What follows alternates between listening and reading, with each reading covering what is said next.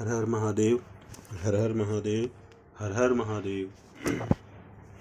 ईंटें मनके तथा अस्थियां, हड़प्पा सभ्यता। ईंटें मनके तथा अस्थियां, हड़प्पा सभ्यता चैप्टर 1। ईंटें मनके तथा अस्थियां, हड़प्पा सभ्यता चैप्टर 1। ईंटें मनके तथा अस्थियां, हड़प्पा सभ्यता।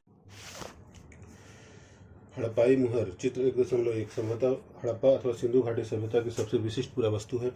हड़प्पाई मुहर संभवतः हड़प्पा अथवा सिंधु घाटी सभ्यता की सबसे विशिष्ट पुरावस्तु है।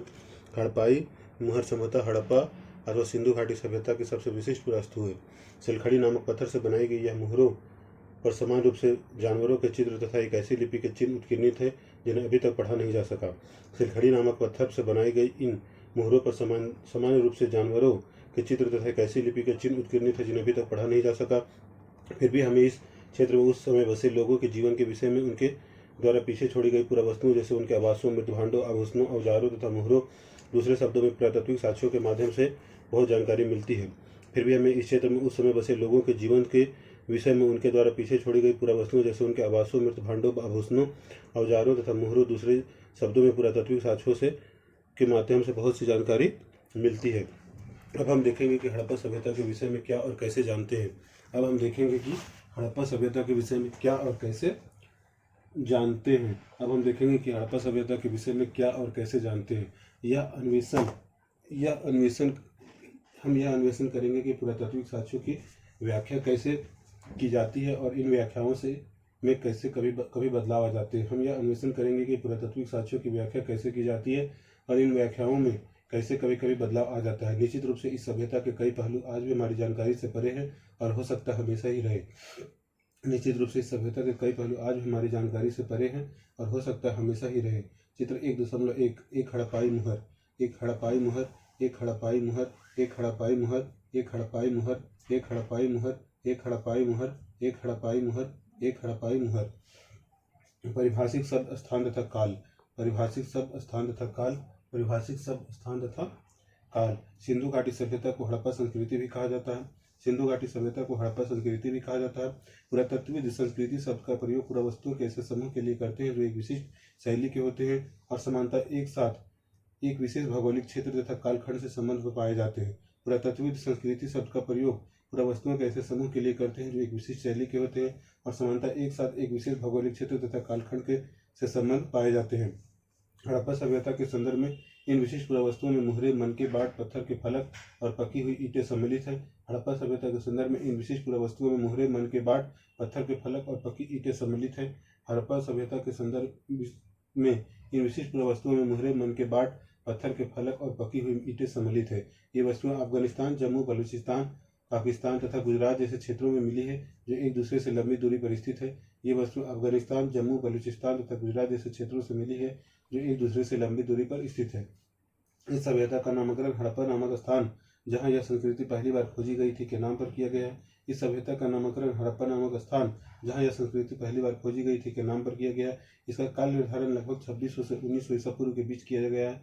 इसका काल निर्धारण लगभग 2600 से 1900 ईसा पूर्व के बीच किया गया है। इसका काल निर्धारण लगभग 2600 से 1900 ईसा पूर्व के बीच किया गया है।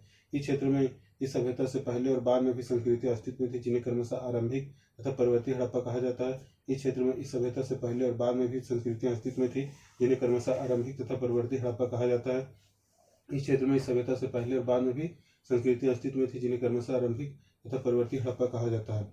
इन संस्कृतियों से हड़प्पा सभ्यता को अलग करने के लिए कभी कभी इसे विकसित हड़प्पा संस्कृति भी कहा जाता है। इन संस्कृतियों से हड़प्पा सभ्यता को अलग करने के लिए कभी कभी इसे विकसित हड़प्पा संस्कृति भी कहा जाता है। इन संस्कृतियों से हड़प्पा सभ्यता को अलग करने के लिए कभी कभी इसे विकसित हड़प्पा संस्कृति भी कहा जाता है। मनके, बाट तथा फलक, मनके, बाट, फलक, मनके, बाट, फलक, मनके, बाट, फलक, मनके, बाट, फलक, मनके, बाट, फलक, मनके, बाट, फलक, मनके, बाट, फलक, मनके, बाट, फलक, मनके, बाट, फलक, मनके, बाट, फलक, मनके, बाट, फलक। मानचित्र 1 कुछ महत्वपूर्ण विकसित हड़प्पा पुरा स्थल, कुछ महत्वपूर्ण विकसित हड़प्पा पुरा स्थल, कुछ महत्वपूर्ण विकसित हड़प्पा पुरा स्थल, कुछ महत्वपूर्ण विकसित हड़प्पा पुरा स्थल, कुछ महत्वपूर्ण विकसित हड़प्पा पुरा स्थल, कुछ महत्वपूर्ण विकसित हड़प्पा पुरा स्थल। हड़प्पा, गवेरीवाला, मोहनजोदड़ो, कोटदीजी, चनहुंदड़ो। हड़प्पा, गवेरीवाला, मोहनजोदड़ो, कोटदीजी, चनहुंदड़ो। हड़प्पा, गवेरीवाला, मोहनजोदड़ो, कोटदीजी, चनहुंदड़ो। हड़प्पा गवेरीवाला मोहनजोदड़ो कोड्डीजी चनहुदड़ो। हड़प्पा गवेरीवाला मोहनजोदड़ो कोड्डीजी चनहुदड़ो। हड़प्पा गवेरीवाला मोहनजोदड़ो कोड्डीजी चनहुदड़ो। हड़प्पा गवेरीवाला मोहनजोदड़ो कोड्डीजी चनहुदड़ो। हड़प्पा गवेरीवाला मोहनजोदड़ो कोड्डीजी चनहुदड़ो। हड़प्पा गवेरीवाला मोहनजोदड़ो कोड्डीजी चनहुदड़ो। हड़प्पा गवेरीवाला मोहनजोदड़ो कोड्डीजी चनहुदड़ो। हड़प्पा गवेरीवाला मोहनजोदड़ो कोड्डीजी चनहुदड़ो। आमरी बालाकोट सुतका गेंडोर। आमरी बालाकोट सुतका गेंडोर। आमरी बालाकोट सुतका गेंडोर। आमरी बालाकोट सुतका गेंडोर। आमरी बालाकोट सुतका गेंडोर। आमरी बालाकोट सुतका गेंडोर। आमरी बालाकोट सुतका गेंडोर। आमरी बालाकोट सुतका गेंडोर। आमरी बालाकोट सुतका गेंडोर। मांडा राखीगढ़ी बनावली मिताथल कालीबंगा रोपड़। मांडा राखीगढ़ी बनावली मिताथल कालीबंगा रोपड़। मांडा राखीगढ़ी बनावली मिताथल कालीबंगन रोपड़। मांडा राखीगढ़ी बनावली मिताथल कालीबंगन रोपड़। मांडा राखीगढ़ी बनावली मिताथल कालीबंगन रोपड़। मांडा राखीगढ़ी बनावली मिताथल कालीबंगन रोपड़। मांडा राखीगढ़ी बनावली मिताथल कालीबंगन रोपड़। मांडा राखीगढ़ी बनावली मिताथल कालीबंगन रोपड़। मांडा राखीगढ़ी बनावली मिताथल कालीबंगन रोपड़। मांडा राखीगढ़ी बनावली मिताथल कालीबंगन रोपड़। मांडा राखीगढ़ी बनावली मिताथल कालीबंगन रोपड़। धौलावीरा सुरकोटदा नागेश्वर रंगपुर लोथल। धौलावीरा सुरकोटदा नागेश्वर रंगपुर लोथल। धौलावीरा सुरकोटदा नागेश्वर रंगपुर लोथल। धौलावीरा सुरकोटदा नागेश्वर रंगपुर लोथल। धौलावीरा सुरकोटदा नागेश्वर रंगपुर लोथल। धौलावीरा सुरकोटदा नागेश्वर रंगपुर लोथल। धौलावीरा सुरकोटदा नागेश्वर रंगपुर लोथल। धौलावीरा सुरकोटदा नागेश्वर रंगपुर लोथल। धौलावीरा सुरकोटदा नागेश्वर रंगपुर लोथल। धौलावीरा सुरकोटदा नागेश्वर रंगपुर लोथल। आरंभ इस क्षेत्र में विकसित हड़प्पा से पहले कई संस्कृतियां अस्तित्व में थी। इस क्षेत्र में विकसित हड़प्पा से पहले भी कई संस्कृतियां अस्तित्व में थी। इस क्षेत्र में विकसित हड़प्पा से भी पहले कई संस्कृतियां अस्तित्व में थी। ये संस्कृतियां अपनी विशिष्ट मृदभांड शैली से संबंध थी। ये संस्कृतियां अपनी विशिष्ट मृदभांड शैली से संबंध थी। ये संस्कृतियां अपनी विशिष्ट मृदभांड शैली से संबंध थी तथा इसके संदर्भ में हमें कृषि पशुपालन तथा कुछ शिल्पकारी के साक्ष्य भी मिलते हैं तथा इसके संदर्भ में हमें कृषि पशुपालन तथा कुछ शिल्पकारी के साक्ष्य भी मिलते हैं। बस्तियां आमतौर पर छोटी होती थी और इनमें बड़े आकार की संरचनाएं लगभग नाक के बराबर थी। बस्तियां आमतौर पर छोटी होती थी और इनमें बड़े आकार की संरचनाएं लगभग नाक के बराबर थी। कुछ स्थलों पर बड़े पैमाने पर इलाके में जलाए जाने के संकेतों से तथा कुछ अन्य स्थलों के त्याग दिए जाने से ऐसा प्रतीत होता है कि आरंभिक हड़प्पा तथा हड़प्पा सभ्यता के बीच कर्मभंग था। कुछ स्थलों पर बड़े पैमाने पर इलाके में जलाए जाने के संकेतों से तथा कुछ अन्य स्थलों के त्याग दिए जाने से ऐसा प्रतीत होता है कि आरंभिक हड़प्पा तथा हड़प्पा सभ्यता के बीच क्रमभंग था। कुछ स्थलों पर बड़े पैमाने पर इलाके में जलाए जाने के संकेतों से तथा कुछ अन्य स्थलों के त्याग दिए जाने से ऐसा प्रतीत होता है कि आरंभिक हड़प्पा तथा हड़प्पा सभ्यता के बीच क्रमभंग था। निर्वाह के तरीके आपने मानचित्र में देखा होगा कि विकसित हड़प्पा संस्कृतियां कुछ ऐसे स्थानों पर पनपी जहां पहले आरंभिक हड़प्पा संस्कृतियां अस्तित्व में थी। आपने मानचित्रों में देखा होगा कि विकसित हड़प्पा संस्कृतियां कुछ ऐसे स्थानों पर पनपी जहां पहले आरंभिक हड़प्पा संस्कृतियां अस्तित्व में थी। इन संस्कृतियों में कई तत्व जिनमें निर्वाह के तरीके शामिल समान थे। इन संस्कृतियों में कई तत्व जिनमें निर्वाह के तरीके शामिल थे समान थे। इन संस्कृतियों में कई तत्व जिनमें निर्वाह के तरीके शामिल थे समान थे। हड़प्पा सभ्यता के निवासी कई प्रकार के पेड़ पौधों से प्राप्त उत्पाद और जानवरों जिसमें मछली भी शामिल है से प्राप्त भोजन करते थे। हड़प्पा सभ्यता के निवासी कई प्रकार के पेड़ पौधों से प्राप्त उत्पाद और जानवरों जिनमें मछली भी शामिल से प्राप्त भोजन करते थे। हड़प्पा सभ्यता के निवासी कई प्रकार के पेड़ पौधे से प्राप्त उत्पाद और जानवरों जिनमें मछली भी शामिल से प्राप्त भोजन करते थे। जले अनाज के दानों तथा बीजों की खोज से पुरातत्वविद आहार संबंधी आदतों के विषय में जानकारी प्राप्त करने में सफल हो पाए। जले अनाज के दानों तथा बीजों की खोज से पुरातत्वविद आहार संबंधी आदतों के विषय में जानकारी प्राप्त करने में सफल हो पाए। इनका अध्ययन पूरा वनस्पति विज्ञान करते हैं और जो प्राचीन वनस्पति के अध्ययन के विशेषज्ञ होते हैं। इनका अध्ययन पूरा वनस्पतिज्ञ करते हैं जो प्राचीन वनस्पति के अध्ययन के विशेषज्ञ होते हैं। हड़प्पा स्थलों से मिले अनाज के दानों में गेहूं, जौ, दाल, सफेद चना तथा तिल शामिल है। बाजरे के दाने गुजरात के स्थलों से प्राप्त हुए थे। चावल के दाने अपेक्षाकृत कम पाए गए हैं। हड़प्पा स्थलों से मिले अनाज के दानों में गेहूं, जौ, दाल, सफेद चना तथा तिल, सरसों शामिल है। हड़प्पा स्थलों से मिले अनाज के दानों में गेहूं, जौ, दाल, सफेद चना, तिल तथा सरसों शामिल है। हड़प्पा स्थलों से मिले अनाज के दानों में गेहूं, जौ, दाल, सफेद चना तथा तिल, सरसों शामिल है। बाजरे के दाने गुजरात के स्थलों से प्राप्त हुए हैं। बाजरे के दाने गुजरात के स्थलों से प्राप्त हुए हैं। बाजरे के दाने गुजरात के स्थलों से प्राप्त हुए हैं। बाजरे के दाने गुजरात के स्थलों से प्राप्त हुए हैं। चावल के दाने अपेक्षाकृत कम पाए गए हैं। चावल के दाने अपेक्षाकृत कम पाए गए हैं। चावल के दाने अपेक्षाकृत कम पाए गए हैं। हड़प्पा स्थलों से मिली जानवरों की हड्डियों में मवेशियों, भेड़, बकरी, भैंस तथा सूअर की हड्डियां शामिल है। हड़प्पा स्थलों से मिली जानवरों की हड्डियों में मवेशियों, भेड़, बकरी, भैंस तथा सुअर की हड्डियां शामिल है। हड़प्पा स्थलों से मिली जानवरों की हड्डियों में मवेशियों, भेड़, बकरी, भैंस तथा सुअर की हड्डियां शामिल है। पूरा प्राणी विज्ञानियों अथवा जीव पुरातत्वविदों द्वारा किए गए अध्ययनों से संकेत मिलता है कि ये सभी जानवर पालतू थे। पूरा प्राणी विज्ञानियों तथा जीव पुरातत्वविदों द्वारा किए गए अध्ययनों से संकेत मिलता है कि ये सभी जानवर पालतू थे। जंगली प्रजातियों में सुअर, हिरन तथा घड़ियाल की हड्डियां भी मिली है। जंगली प्रजातियों में सुअर, हिरन तथा घड़ियाल की हड्डियां भी मिली है। जंगली प्रजातियों में सुअर, हिरन तथा घड़ियाल की हड्डियां भी मिली है। हम यह नहीं जान पाए कि हड़प्पा निवासी स्वयं इन जानवरों का शिकार करते थे अथवा अन्य आखेटक समुदायों से इनका मांस प्राप्त करते थे। हम यह नहीं जान पाए कि हड़प्पा निवासी स्वयं इन जानवरों का शिकार करते थे अथवा अन्य आखेटक समुदायों से इनका मांस प्राप्त करते थे। मछली तथा पक्षियों की भी हड्डियां मिली है। मछली तथा पक्षियों की हड्डियां भी मिली है। मानचित्र 2 आरंभिक हड़प्पाई संस्कृति के क्षेत्र। मानचित्र 2 आरंभिक हड़प्पाई संस्कृति के क्षेत्र।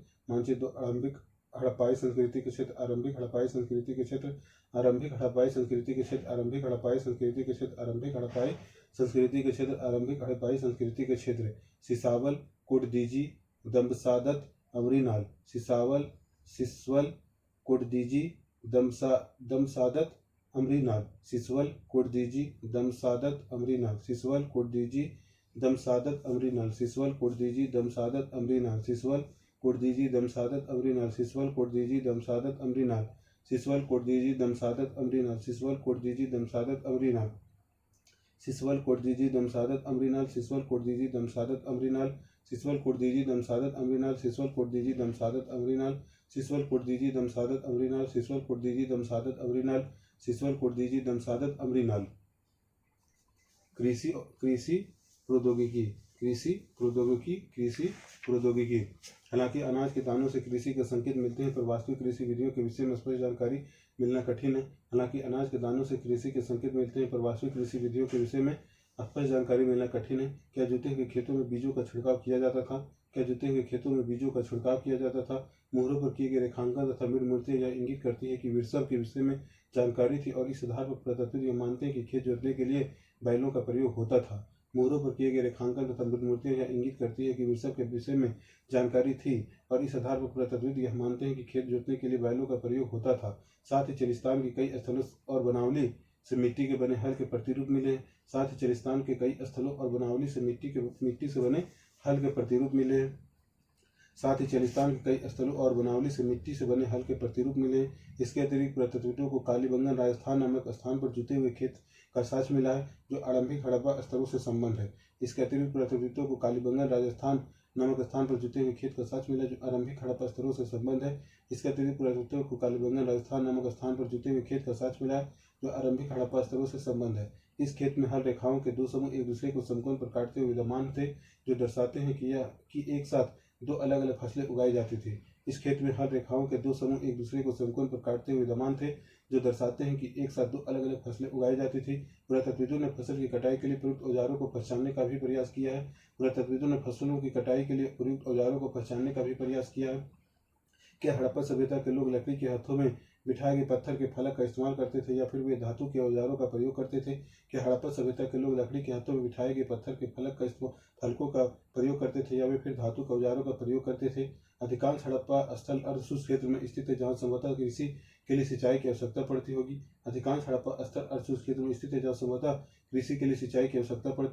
अफगानिस्तान में सिर्फ घोई नामक हड़प्पा स्थल से नहरों के कुछ अवशेष मिले, परंतु पंजाब और सिंध में नहीं। ऐसा संभव है कि प्राचीन नहरें बहुत पहले ही काल से भर गई थी। अफगानिस्तान में सिर्फ घोई नामक हड़प्पा स्थल से नहरों के कुछ अवशेष मिले, परंतु पंजाब और सिंध में नहीं। ऐसा संभव है कि प्राचीन नहरें बहुत पहले ही काल से भर गई थी। अफगानिस्तान में सिर्फ घोई नामक हड़प्पा स्थल से नहरों के कुछ अवशेष मिले, परंतु पंजाब और सिंध में नहीं। ऐसा संभव है कि प्राचीन नहरें बहुत पहले ही विवाद से भर गई थी। ऐसा भी हो सकता है कि कुओं से प्राप्त पानी का प्रयोग सिंचाई के लिए किया जाता हो। ऐसा भी हो सकता है कि कुओं से प्राप्त पानी का प्रयोग सिंचाई के लिए किया जाता हो। इसके अतिरिक्त धौलावीरा में मिले जलाशयों का प्रयोग संभवतः कृषि के लिए जल संचयन हेतु किया जाता था। इसके अतिरिक्त धौलावीरा से मिले जलाशयों का प्रयोग संभवतः कृषि के लिए जल संचयन हेतु किया जाता था। इसके अतिरिक्त धौलावीरा से मिले जलाशयों का प्रयोग संभवतः कृषि के लिए जल संचयन हेतु किया जाता था। पक्की मिट्टी से बना विरसव। चित्र 1.3 पक्की मिट्टी से बना विरसव, पक्की मिट्टी से बना विरसव, पक्की मिट्टी से बना विरसव, पक्की मिट्टी से बना विरसव, पक्की मिट्टी से बना विरसव, पक्की मिट्टी से बना विरसव, पक्की मिट्टी से बना विरसव। चलिस्तान, बनावली, कालीबंगन, चलिस्तान, चलिस्तान, चलिस्तान, चलिस्तान में मिट्टी से बने हल, चलिस्तान मिट्टी से बने हल, चलिस्तान मिट्टी से बने हल, चलिस्तान, बनावली मिट्टी से बने हल, कालीबंगन जुते हुए खेत, कालीबंगन जुते हुए खेत, कालीबंगन जुते हुए खेत, सुरतुघोई नहर, सुरतुघोई नहर, सुरतुघोई नहर, सुरतुघोई नहर, धौलावीरा पंजाब एवं सिंध है ना। चित्र 1.4 धातु के औजार। चित्र 1.4 धातु के औजार, धातु के औजार, धातु के औजार, धातु के औजार, धातु के औजार, धातु के औजार, धातु के औजार, धातु के औजार, धातु के औजार, धातु के औजार, धातु के औजार, धातु के औजार, धातु के औजार, धातु के औजार, धातु के औजार। तांबा कांच था लोहा नहीं, तांबा कांच था लोहा नहीं। चित्र 1.5 धौलावीरा से मिला एक जलाशय, धौलावीरा से मिला एक जलाशय, धौलावीरा से मिला एक जलाशय, धौलावीरा से मिला एक जलाशय, धौलावीरा से मिला एक जलाशय, धौलावीरा से मिला एक जलाशय, धौलावीरा से मिला एक जलाशय, धौलावीरा से मिला एक जलाशय। इसके राजगिरी कार्य पर ध्यान दीजिए, इसके राजगिरी कार्य पर ध्यान दीजिए, इसके राजगिरी कार्य पर ध्यान दीजिए, इसके राजगिरी कार्य पर ध्यान दीजिए, इसके राजगिरी कार्य पर ध्यान दीजिए। पूरा वस्तुओं की पहचान कैसे की जाती है? पूरा वस्तुओं की पहचान कैसे की जाती है? भोजन तैयार करने की प्रक्रिया में अनाज पीसने के यंत्र तथा उन्हें आपस में मिलाने, मिश्रण करने तथा पकाने के लिए बर्तनों की आवश्यकता थी। भोजन तैयार करने की प्रक्रिया में अनाज पीसने के यंत्र तथा उन्हें आपस में मिलाने, मिश्रण करने तथा पकाने के लिए बर्तनों की आवश्यकता थी। इन सभी को पत्थर, धातु तथा मिट्टी से बनाया जाता था। इन सभी को पत्थर, धातु तथा मिट्टी से बनाया जाता था। यहाँ एक महत्वपूर्ण हड़प्पा स्थल मोहनजोदड़ो में हुए उत्खननों पर सबसे आरंभिक रिपोर्टों में से कुछ एक का उदाहरण दिए जा रहे हैं। यहाँ एक महत्वपूर्ण हड़प्पा स्थल मोहनजोदड़ो में हुए उत्खननों पर सबसे आरंभिक रिपोर्टों में से कुछ के उदाहरण दिए जा रहे हैं। अवतल चक्कियाँ बड़ी संख्या में मिली और ऐसा प्रतीत होता है कि अनाज पीसने के लिए प्रयुक्त ये एकमात्र साधन थी। अवतल चक्कियाँ बड़ी संख्या में मिली और ऐसा प्रतीत होता है कि अनाज पीसने के लिए प्रयुक्त ये एकमात्र साधन थी। साधारणतः ये चक्कियाँ स्थूलता, कठोर, कंकरीले, अग्निजर अथवा बलुए पत्थर से निर्मित थी और आमतौर पर इनसे अत्यधिक प्रयोग के संकेत मिलते हैं। साधारणतः ये चक्कियाँ स्थूलता, कठोर, कंकरीले, अग्निज अथवा बलुए पत्थर से निर्मित थी और आमतौर पर इनसे अत्यधिक प्रयोग के संकेत मिलते हैं। चूंकि इन चक्कियों के तल समानता उत्तल है, निश्चित रूप से इन्हें जमीन में अथवा मिट्टी में जमा कर रखा जाता होगा जिससे इन्हें हिलने से रोका जा सके। चूंकि इन चक्कियों के तल समानता उत्तल है, निश्चित रूप से इन्हें जमीन में अथवा मिट्टी में जमा कर रखा जाता होगा जिससे इन्हें हिलने से रोका जा सके। दो मुख्य प्रकार की चक्कियाँ मिली। एक वे है जिन पर एक दूसरा छोटा पत्थर आगे पीछे चलाया जाता था जिससे निचला पत्थर खोखला हो गया था। दूसरी वे जिनका प्रयोग संभवतः केवल सलन या तरी बनाने के लिए, जड़ी बूटियों तथा मसालों को कूटने के लिए किया जाता था।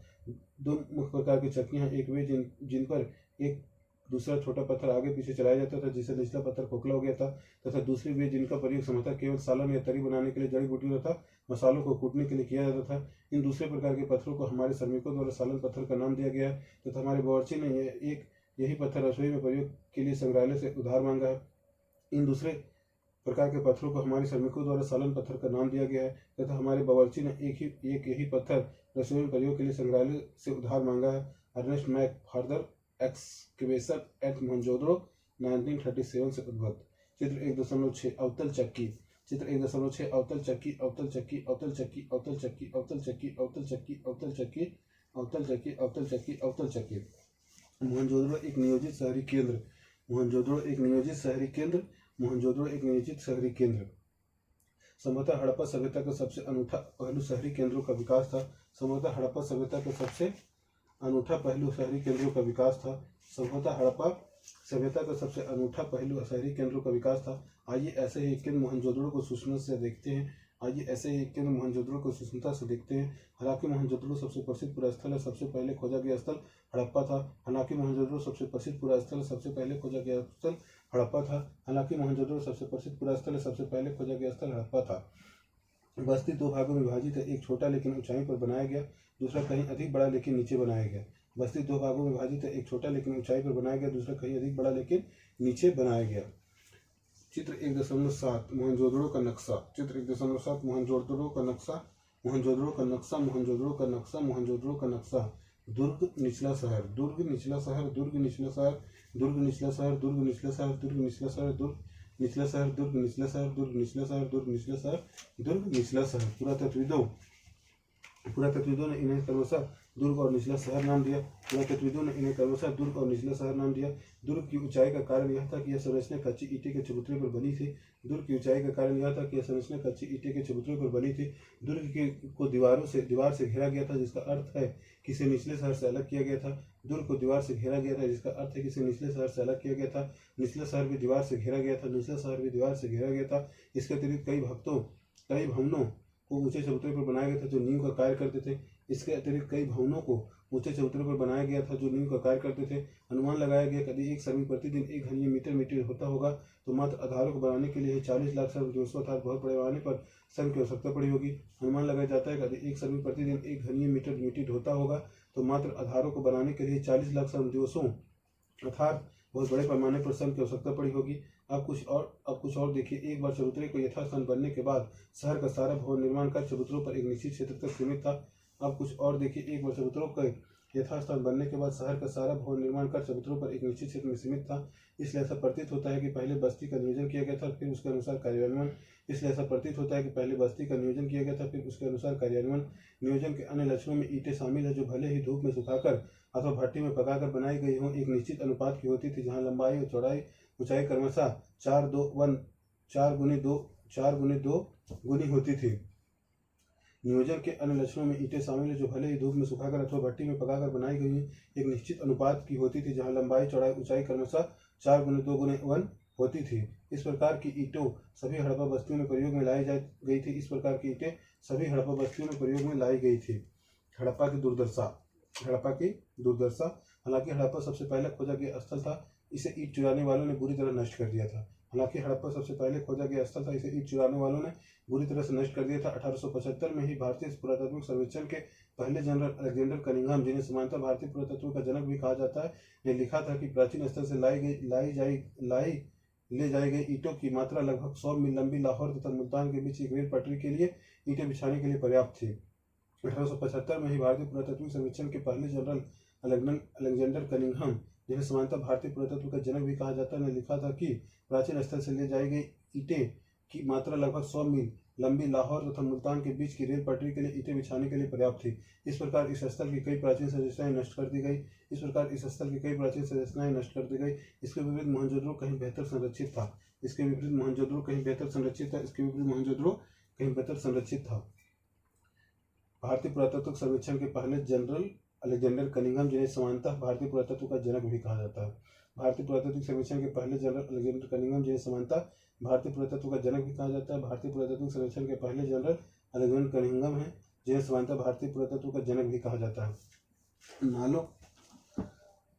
नालों का निर्माण। हड़प्पा शहरों की सबसे अनूठी विशेषताओं में से एक ध्यानपूर्वक नियोजित जल निकासी प्रणाली थी। यदि आप निचले शहर के नक्शे को देखें तो आप यह जान पाएंगे कि सड़कों तथा गलियों को लगभग एक ग्रिड पद्धति में बनाया गया था और ये एक दूसरे के समकोण पर काटती थी। यदि आप निचले शहर के नक्शों को देखें तो आप जान पाएंगे कि सड़कों तथा गलियों को लगभग एक ग्रिड पद्धति में बनाया गया था और एक दूसरे के समकोण पर काटती थी। ऐसा प्रतीत होता है कि पहले नालियों तथा गलियों को बनाया गया था और फिर उनके अगल बगल आवासों का निर्माण किया गया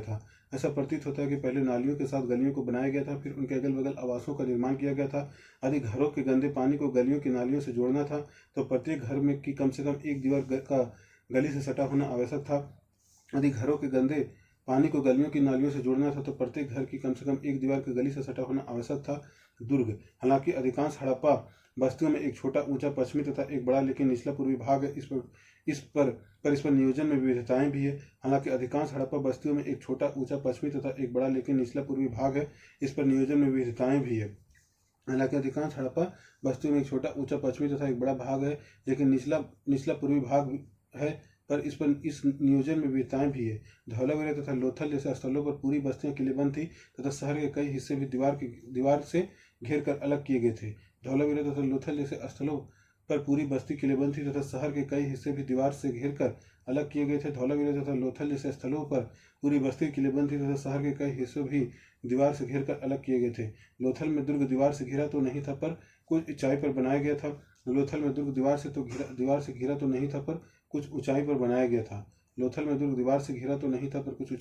गया था। चित्र 1.8 मोहनजोदड़ो की एक नाली और इसके विशाल प्रवेश द्वार को देखिए। मोहनजोदड़ो की एक नाली और इसके विशाल प्रवेश द्वार को देखिए। मोहनजोदड़ो की एक नाली और इसके विशाल प्रवेश द्वार को देखिए। मोहनजोदड़ो की एक नाली और इसके विशाल प्रवेश द्वार को देखिए। मोहनजोदड़ो की एक नाली और इसके विशाल प्रवेश द्वार को देखिए। गृह स्थापत्य, गृह स्थापत्य, गृह स्थापत्य, गृह स्थापत्य। मोहनजोदड़ो का निचला शहर आवासीय भवनों के उदाहरण प्रस्तुत करता है।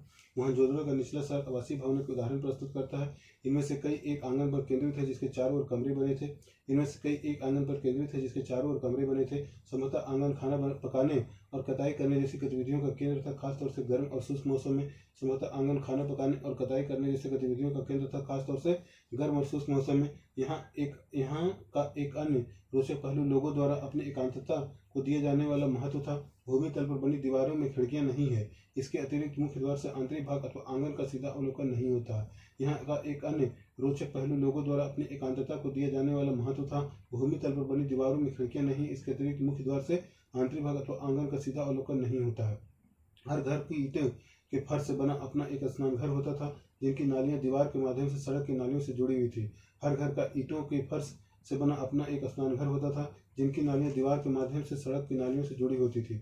हर घर की ईंटों से के फर्श से बना अपना एक स्नान घर होता था, जिनकी नालियां दीवार के माध्यम से सड़क की नालियों से जुड़ी हुई थी। कुछ घरों में दूसरे तल या छत पर जाने हेतु बनाई गई सीढ़ियों के अवशेष मिले थे। कुछ घरों में दूसरे तल या छत पर जाने हेतु बनाई गई सीढ़ियों के अवशेष मिले थे। कई आवासों में कुएं थे जो अधिकांशतः एक ऐसे क्षेत्र कक्ष में बनाए गए थे जिसमें बाहर से आया जा सकता था, जिनका प्रयोग संभवतः राहगीरों द्वारा किया जाता था। कई आवासों में कुएं थे जो अधिकांशतः एक ऐसी कक्ष में बनाए गए थे जिसमें बाहर से आया जा सकता था और जिनका प्रयोग संभवतः राहगीरों द्वारा किया जाता था। विद्वानों ने अनुमान लगाया है कि मोहनजोदड़ो में कुओं की कुल संख्या लगभग 700 थी। विद्वानों ने अनुमान लगाया है कि मोहनजोदड़ो में कुओं की कुल संख्या लगभग 700 थी। अब तक खोजी गई प्राचीनतम प्रणाली। अब तक खोजी गई प्राचीनतम प्रणाली। नालियों के विषय में मैक लिखते हैं कि निश्चित रूप से यह अब तक खोजी गई सर्वथा संपूर्ण प्राचीन प्रणाली है। नालियों के विषय में मैके लिखते हैं कि निश्चित रूप से यह अब तक खोजी गई सर्वथा संपूर्ण प्राचीन प्रणाली है। हर आवास गली की नालियों से जोड़ा गया था। हर आवास गली की नालियों से जोड़ा गया था। मुख्य नाले गारे में जमाई गई ईंटों से बने थे और इन्हें ऐसी ईंटों से ढका गया था जिन्हें सफाई के लिए हटाया जा सके। मुख्य नाले गारे में जमाई गई ईंटों से बने थे और इन्हें ऐसे ईंटों से ढका गया था जिन्हें सफाई के लिए हटाया जा सके। कुछ स्थानों पर ढकने के लिए चूना पत्थर की पट्टिका का प्रयोग किया गया था। घरों की नालियां पहले एक हौदी या मलकुंड में खाली होती थी जिसमें ठोस पदार्थ जमा हो जाता था और गंदा पानी गली की नलियों में बह जाता था। घरों की नालियां पहले एक हौदी या मलकुंड में खाली होती थी जिसमें ठोस पदार्थ जमा हो जाता था और गंदा पानी गली की नालियों में बह जाता था। बहुत लंबे नालों में कुछ अंतरालों पर सफाई के लिए हौदियां बनाई गई थी। बहुत लंबे नालों में कुछ अंतरालों पर सफाई के लिए हौदियां बनाई गई थी। यह पुरातत्व का एक अजूबा ही है कि मलबे मुख्यतः रेत के छोटे छोटे ढेर समांतर निकासी के नालों के अगल बगल बड़े मिले, जो दर्शाते हैं कि नालों की सफाई के बाद कचरे को हमेशा हटाया नहीं जाता था। यह पुरातत्व का ही एक अजूबा है कि मलबे मुख्यतः रेत के छोटे छोटे ढेर समांतर निकासी के नालों के अगल बगल बड़े मिले हैं, जो दर्शाते हैं कि नालों की सफाई के बाद कचरे को हमेशा हटाया नहीं जाता था। अर्नेस्ट मैके अर्ली इंडस सिविलाइजेशन 1948। जल निकास प्रणालियां केवल बड़े शहरों तक सीमित नहीं थी बल्कि कई छोटी छोटी बस्तियों में भी मिली थी। जल निकास प्रणालियां केवल बड़े शहरों तक ही सीमित नहीं थी बल्कि कई छोटी छोटी बस्तियों में भी मिली थी। उदाहरण के लिए लोथल में आवासों के निर्माण के लिए जहां कच्ची ईंटों का प्रयोग हुआ था वहीं नालियां पक्की ईंटों से बनाई गई थी। उदाहरण के लिए लोथल में आवासों के निर्माण के लिए जहां कच्ची ईंटों का प्रयोग हुआ था वहीं नालियां पक्की ईंटों से बनाई गई थी। चित्र 1.9। यह मोहनजोदड़ो में एक बड़े आवास का सममितीय आरेखन है। चित्र 1.9। यह मोहनजोदड़ो में एक बड़े आवास का सममितीय आरेखन है। यह मोहनजोदड़ो में एक बड़े आवास का सममितीय आरेखन है। यह मोहनजोदड़ो में एक बड़े आवास का सममितीय आरेखन है। यह मोहनजोदड़ो में एक बड़े आवास का सममितीय आरेखन है। दुर्ग 3.3। दुर्ग हमें ऐसी संरचनाओं के साथ मिलते हैं जिनका प्रयोग संभवतः विशिष्ट सार्वजनिक प्रयोजनों के लिए किया जाता था। दुर्ग पर हमें ऐसी संरचनाओं के साथ मिलते हैं जिनका प्रयोग संभवतः विशिष्ट सार्वजनिक प्रयोजनों के लिए किया जाता था। इनमें एक माल गोदाम एक ऐसी विशाल संरचना है जिसके ईंटों से बने केवल निचले हिस्से शेष है, जबकि ऊपरी हिस्से जो संभवतः लकड़ी से बने थे बहुत पहले नष्ट हो गए थे और विशाल स्नानागार सम्मिलित है। इनमें एक माल गोदाम एक ऐसी विशाल संरचना है जिसके ईंटों से बने केवल निचले हिस्से शेष है, जबकि ऊपरी हिस्से जो संभवतः लकड़ी से बने थे बहुत पहले ही नष्ट हो गए थे और विशाल स्नानागार सम्मिलित है। विशाल स्नानागार आंगन में बना एक आयताकार जलाशय जो चारों ओर से एक गलियारे से घिरा हुआ है। विशाल स्नानागार आंगन में बना एक आयताकार जलाशय है जो चारों ओर से एक गलियारे से घिरा हुआ है। जलाशय के तल तक जाने के लिए इसकी उत्तरी और दक्षिणी भाग में 2 सीढ़ियां बनी थी।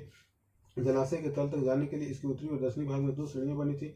जलाशय के किनारों पर ईंटों को जमा कर तथा जिप्सम के गारे का प्रयोग कर इसे जलबद्ध किया गया था। जलाशय के किनारे पर ईंटों को जमा कर तथा जिप्सम का के गारे का प्रयोग कर इसे जलवत किया गया था। इसके 3 और कक्ष बने हुए थे, जिनमें से एक में एक बड़ा कुआं था। इसके 3 और कक्ष बने हुए थे, जिनमें से एक में एक बड़ा कुआं था। इनके तीनों और कक्ष बने हुए थे, जिनमें से एक में एक बड़ा कुआं था। जलाशय से पानी एक बड़े नाले में बह जाता था। इसके उत्तर में एक गली के दूसरी ओर एक अपेक्षाकृत छोटी संरचना थी, जिसमें 8 स्नानागार बनाए गए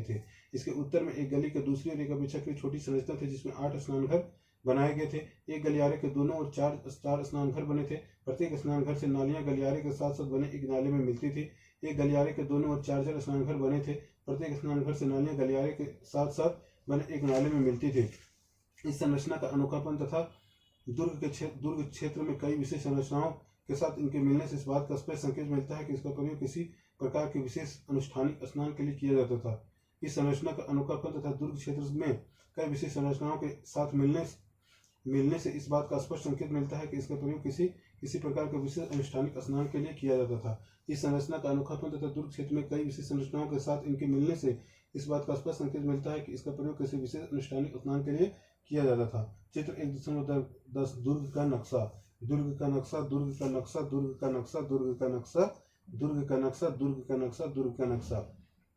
माल गोदाम।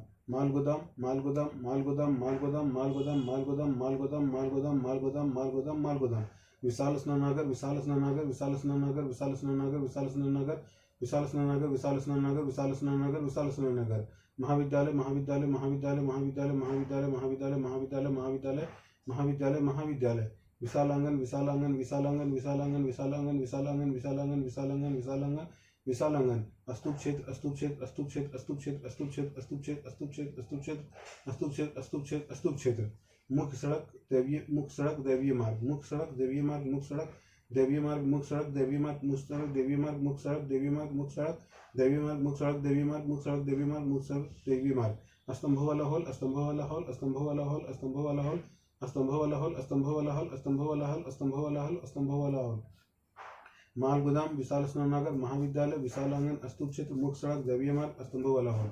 माल गोदाम। विशाल स्नानागार। महाविद्यालय। विशाल आंगन। स्तूप क्षेत्र। मुख्य सड़क दैवीय मार्ग। स्तंभों वाला हॉल। माल गोदाम। विशाल स्नानागार। महाविद्यालय। विशाल आंगन। स्तूप क्षेत्र। मुख्य सड़क दैवीय मार्ग। स्तंभों वाला हॉल। माल गोदाम। विशाल स्नानागार। महाविद्यालय। विशाल आंगन। स्तूप क्षेत्र। मुख्य सड़क दैवीय मार्ग। स्तंभों वाला हॉल। माल गोदाम। विशाल स्नानागार। महाविद्यालय। विशाल आंगन। स्तूप क्षेत्र। मुख्य सड़क दैवीय मार्ग। स्तंभों वाला हॉल। माल गोदाम। विशाल स्नानागार। महाविद्यालय। विशाल आंगन। स्तूप क्षेत्र।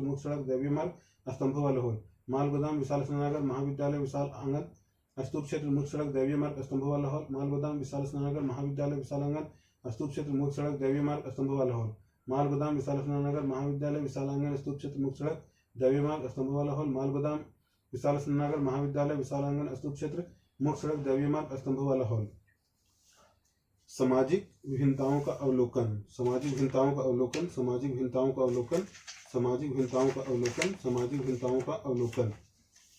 स्वाधान।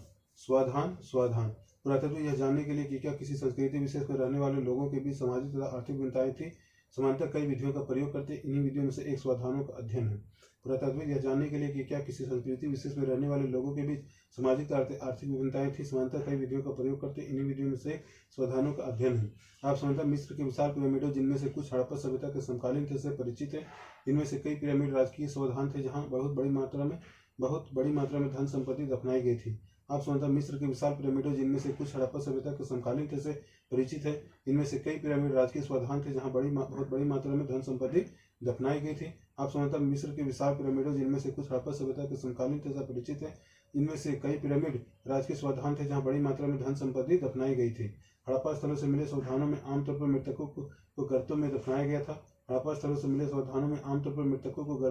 गया था। कभी कभी स्वाधान गर्त की बनावट एक दूसरे से भिन्न होती थी। कुछ स्थानों पर गर्त की सतहों पर ईंटों की चिनाई की गई थी। क्या ये विविधताएं सामाजिक भिन्नताओं की ओर संकेत करती है? कहना कठिन है।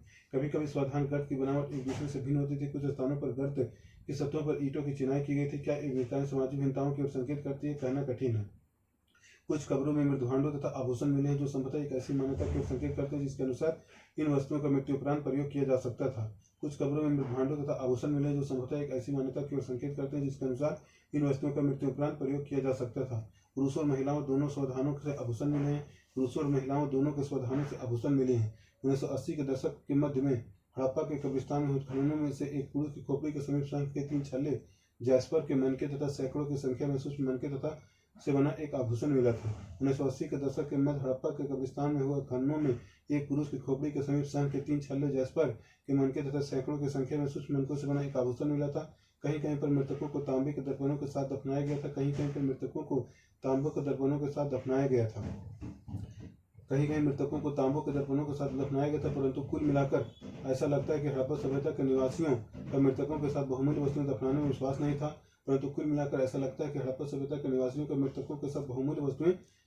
विश्वास नहीं था। चित्र 1.11 एक तांबे का दर्पण, एक तांबे का दर्पण, एक तांबे का दर्पण, एक तांबे का दर्पण, एक तांबे का दर्पण, एक तांबे का दर्पण, एक तांबे का दर्पण, एक तांबे का दर्पण, एक तांबे का दर्पण, एक तांबे का दर्पण।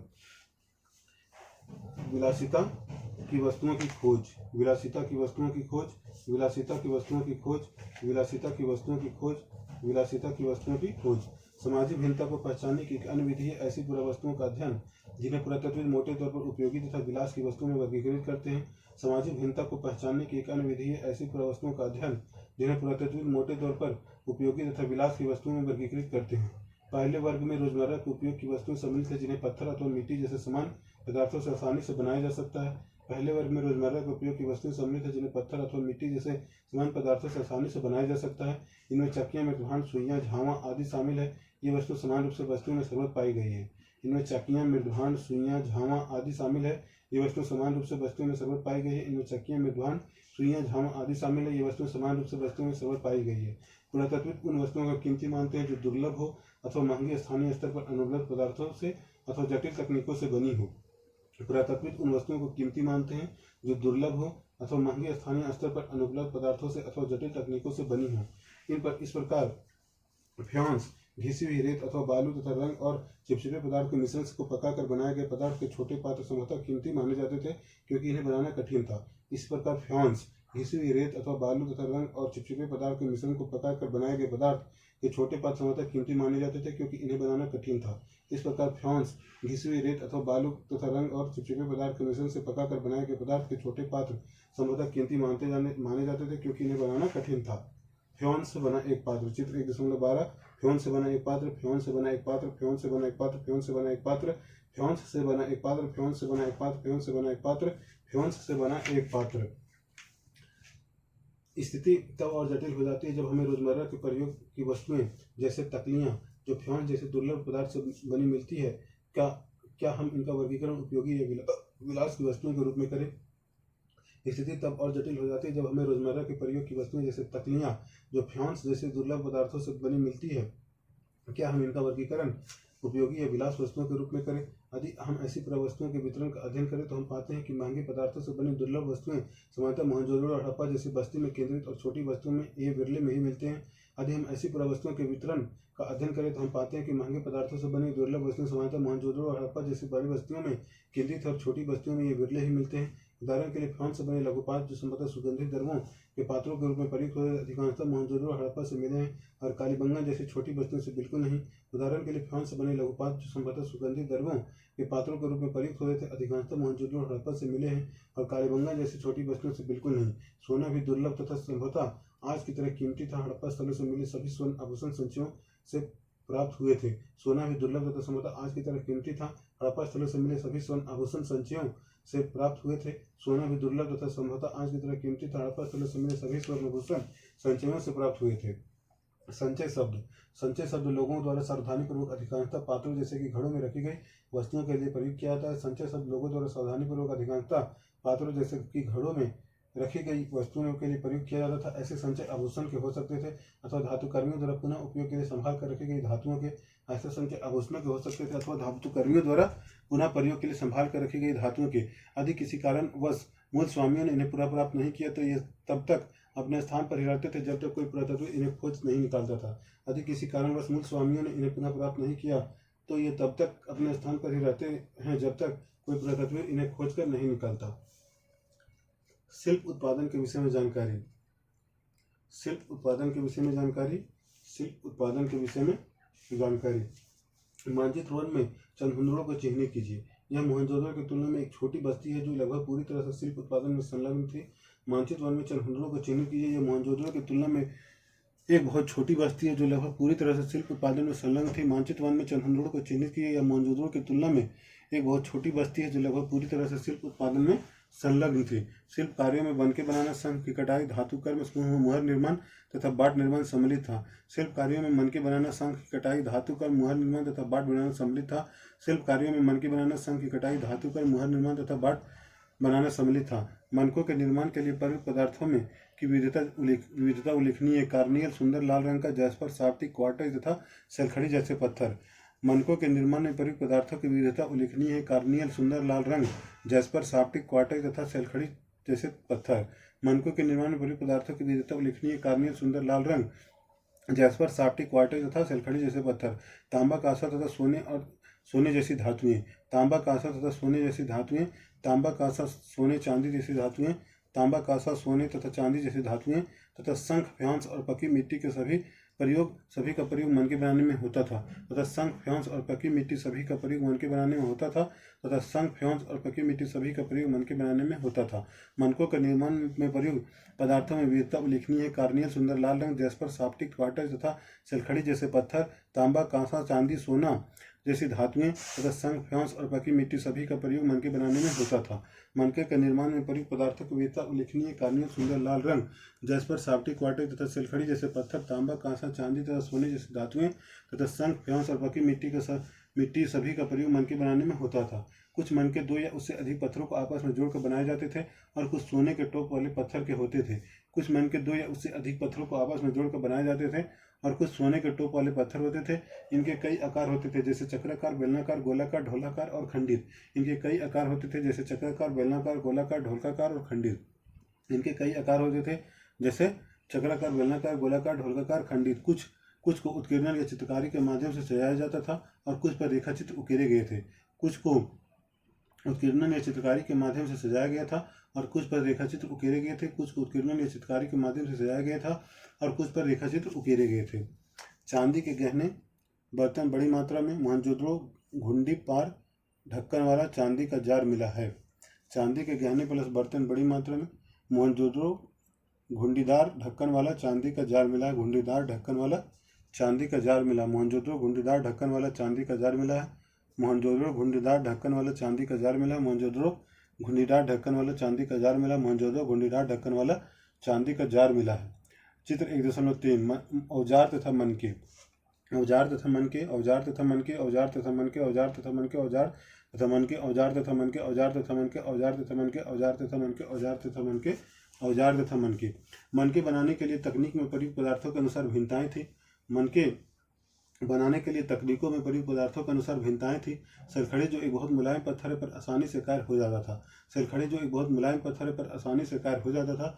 कुछ मनके सल्खड़ी के चूर्ण के लेप के सांचे में ढालकर तैयार किए जाते थे। कुछ मनके सल्खड़ी चूर्ण के लेप को सांचे में ढालकर तैयार किए जाते थे। इसे ठोस पत्थरों से बनने वाले केवल ज्यामितीय आकारों के विपरीत कई विविध आकारों के मनके बनाए जा सकते थे। इसे ठोस पत्थरों से बनने वाले केवल ज्यामितीय आकारों के विपरीत कई विविध आकारों के मनके बनाए जा सकते थे। सल्खड़ी के सूक्ष्म मनके कैसे बनाए जाते थे, यह प्रश्न प्राचीन तकनीकों का अध्ययन करने वाले पुरातत्वविदों के लिए एक पहेली बना हुआ है। सल्खड़ी के सूक्ष्म मनके कैसे बनाए जाते थे, यह प्रश्न प्राचीन तकनीकों का अध्ययन करने वाले पुरातत्वविदों के लिए एक पहेली बना हुआ है। पुरातत्वविदों द्वारा किए गए प्रयोगों ने यह दर्शाया कि कार्नियल का लाल रंग पीले रंग के कच्चे माल तथा उत्पादन के विभिन्न चरणों में मनके को आग में पकाकर प्राप्त किया जाता था।